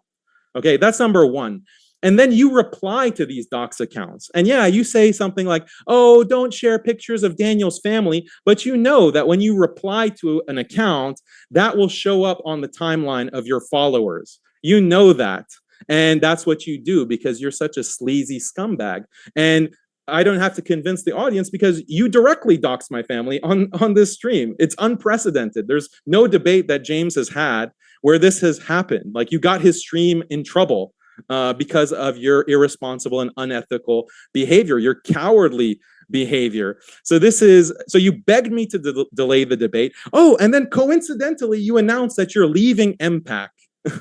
Just a few days ago. Wow, what an interesting coincidence. Is that because you were canned? Is that because you were fired, Jafed? I don't know. I don't make a claim that you were fired because I don't have the receipts for that. So I'm just speculating. As for me, I was not fired from Yaqeen. I can provide the receipts from that. I left Yaqeen after they would not allow me to publish certain views on feminism, on LGBT, etc. That's why I left Yaqeen, but I was not fired. My employment with them was not terminated. I was not fired. And I dare Yaqeen to say otherwise because I'll bring all the receipts.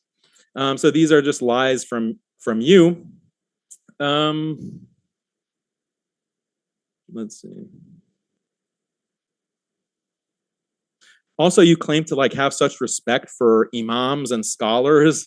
Like you keep name dropping these American scholars. Like you hate traditional Islam. So you should hate all of these scholars. So what is and plus these kinds of figures that you're name dropping like Omar Suleiman, trust me, they don't want you to their names in your mouth. Like that's bad publicity for them. Yeah, so so you claim that you're so sensitive about your child's health. I was showing consideration for your child's health when you asked, "Oh, my child has a fever. Let's delay the debate." But then you post pictures of my children in the debate. Like that shows what kind of a scumbag you are. So yeah, overall, this debate I think went about as much as I expected. You can't recite Ayatul Kursi. My 5-year-old, like Muslims can respond in the chat, like, when did you learn Ayatul Kursi? His excuse is, oh, Surah Al-Baqarah is the longest surah in the Quran. Yeah, so what? It's one verse of the Quran that children memorize because you're supposed to recite it as protection. Maybe that's why you are failing so much in life, Jafed, and in this debate, because you're not reciting Ayatul Kursi. Here's my recommendation for you. First, number one, say praise the Prophet sallallahu alaihi wasallam after you mention him. This is something that will bring benefit for you. Maybe guidance will come to you and you'll leave your state of apostasy. Maybe start reciting Ayatul Kursi, learn it, memorize it. This will protect you from evil forces. Yeah, roll your eyes. I know that you don't really believe in the unseen, but Ayatul Kursi is a sort of protection. Yeah, chuckle. That makes you look really good. Ayatul Kursi will protect you. So you need to learn that and memorize it. Say sallallahu alaihi wasallam, salawat after the name of the Prophet. And yeah, stop being such a sleazebag. Stop like spreading photos of people's wives and children online. Like that's another big advice I have for you. You're off of MPAC, so I would have told you to quit MPAC to save your reputation. You're already out of that organization mysteriously. I don't know what's the real story behind that, but yeah, MPAC is such a Fed organization. Its harm to the Muslim community has been established just by my opening statement. And No one had a response to that, so alhamdulillah. time. With that, want to say thank you very much, gentlemen. It has been something tonight, that's for sure. Any oh actually we'll just I think we could leave it at that. I do want to say thank you very much, gentlemen. Folks, we have many more upcoming debates. If you haven't yet, hit that subscribe button as we have many more upcoming debates. I want to say thanks so much for being with us, folks. Gentlemen, thank you very much for being with us here tonight as well. Thanks, Thank you, James. James. Appreciate it. My pleasure. Folks, stick around. I'm going to do like a 2-minute after show housekeeping stuff, in particular about keeping the chat clean from any sort of ethnic slurs as a reminder. And want to say, though, thanks for your support. I'll be back in just a moment. So, about 23 seconds. Stick around, folks, and I'll be back in just a moment.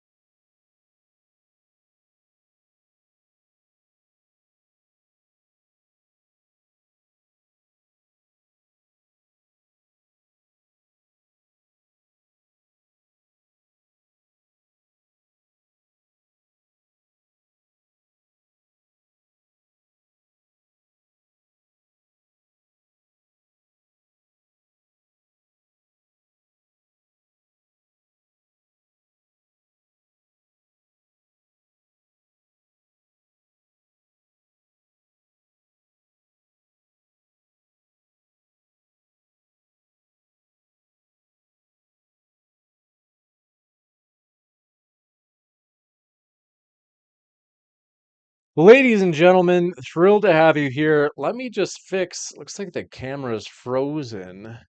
Want to say, my dear friends, we appreciate you being here. Thanks for all of your support. As a reminder, we do want to say, obviously, you can't have any sort of ethnic slurs in the live chat, By the way, I want to say thank you to the 99.9% of you who did not have any sort of ethnic slurs in the live chat. And we know that, you're here and you're like, hey, James, I never did anything like that. And I want to acknowledge that and say thank you. So I don't know why that, is it just me or the picture quality looks funky? But I do want to say this. Thank you guys for all of your support. If you haven't yet, hit that like button.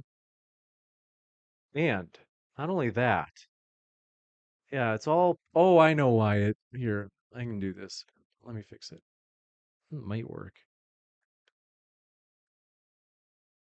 Oh no, let me. Now it's frozen again.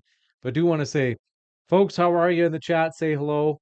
Do appreciate all of your support. I'm just gonna fix this here. Zoom meeting. There we go. Okay, there we go. There we go. Cool. Thank you guys for being so supportive. And how are you guys doing? I've got to go in just a minute, but did just want to say thank you guys for being with us. We do have a big debate that just got confirmed yesterday. That's this Friday. So I'm just going to actually remove this little box altogether. So this Friday, Matt Dillahunty and Muhammad are going to be debating whether or not Islam is true. You don't want to miss it. So, like I said, hit that subscribe button if you haven't already. And just want to say, though, thank you guys seriously for all of your support. It really does mean more than you know. And so, love ya. Modern Day Debate is a neutral platform hosting debates on science, religion, and politics. We hope you feel welcome no matter what walk of life you are from, Muslim, atheist, Christian, you name it. Thanks for all of your support, folks. We will see you at the next debate. Like I said, this is this coming Friday. Thanks, guys, for your support. Ozzy Gold, I see you there in the live chat. Thanks for your channel membership support. And thank you so much as well for your kind words. But yeah, I want to say thanks. I love you guys. I got to get to sleep. It's super late here. But thanks for all of your guys' support. Thanks for your encouragement. I see your positive words in the live chat. Thanks for your support. Eunice, am I saying it right? Ibn Abdurham, thank you guys. I appreciate all of your support. Thank you so much, Chris G. Man, you've been here for a long time. Thank you for your kind words. And hey, thank you guys for all your support. I really do appreciate it. I love you guys. Thanks so much, Open Mic. Thank you guys, Zen 2011. Thank you guys for all of your support. I love you guys.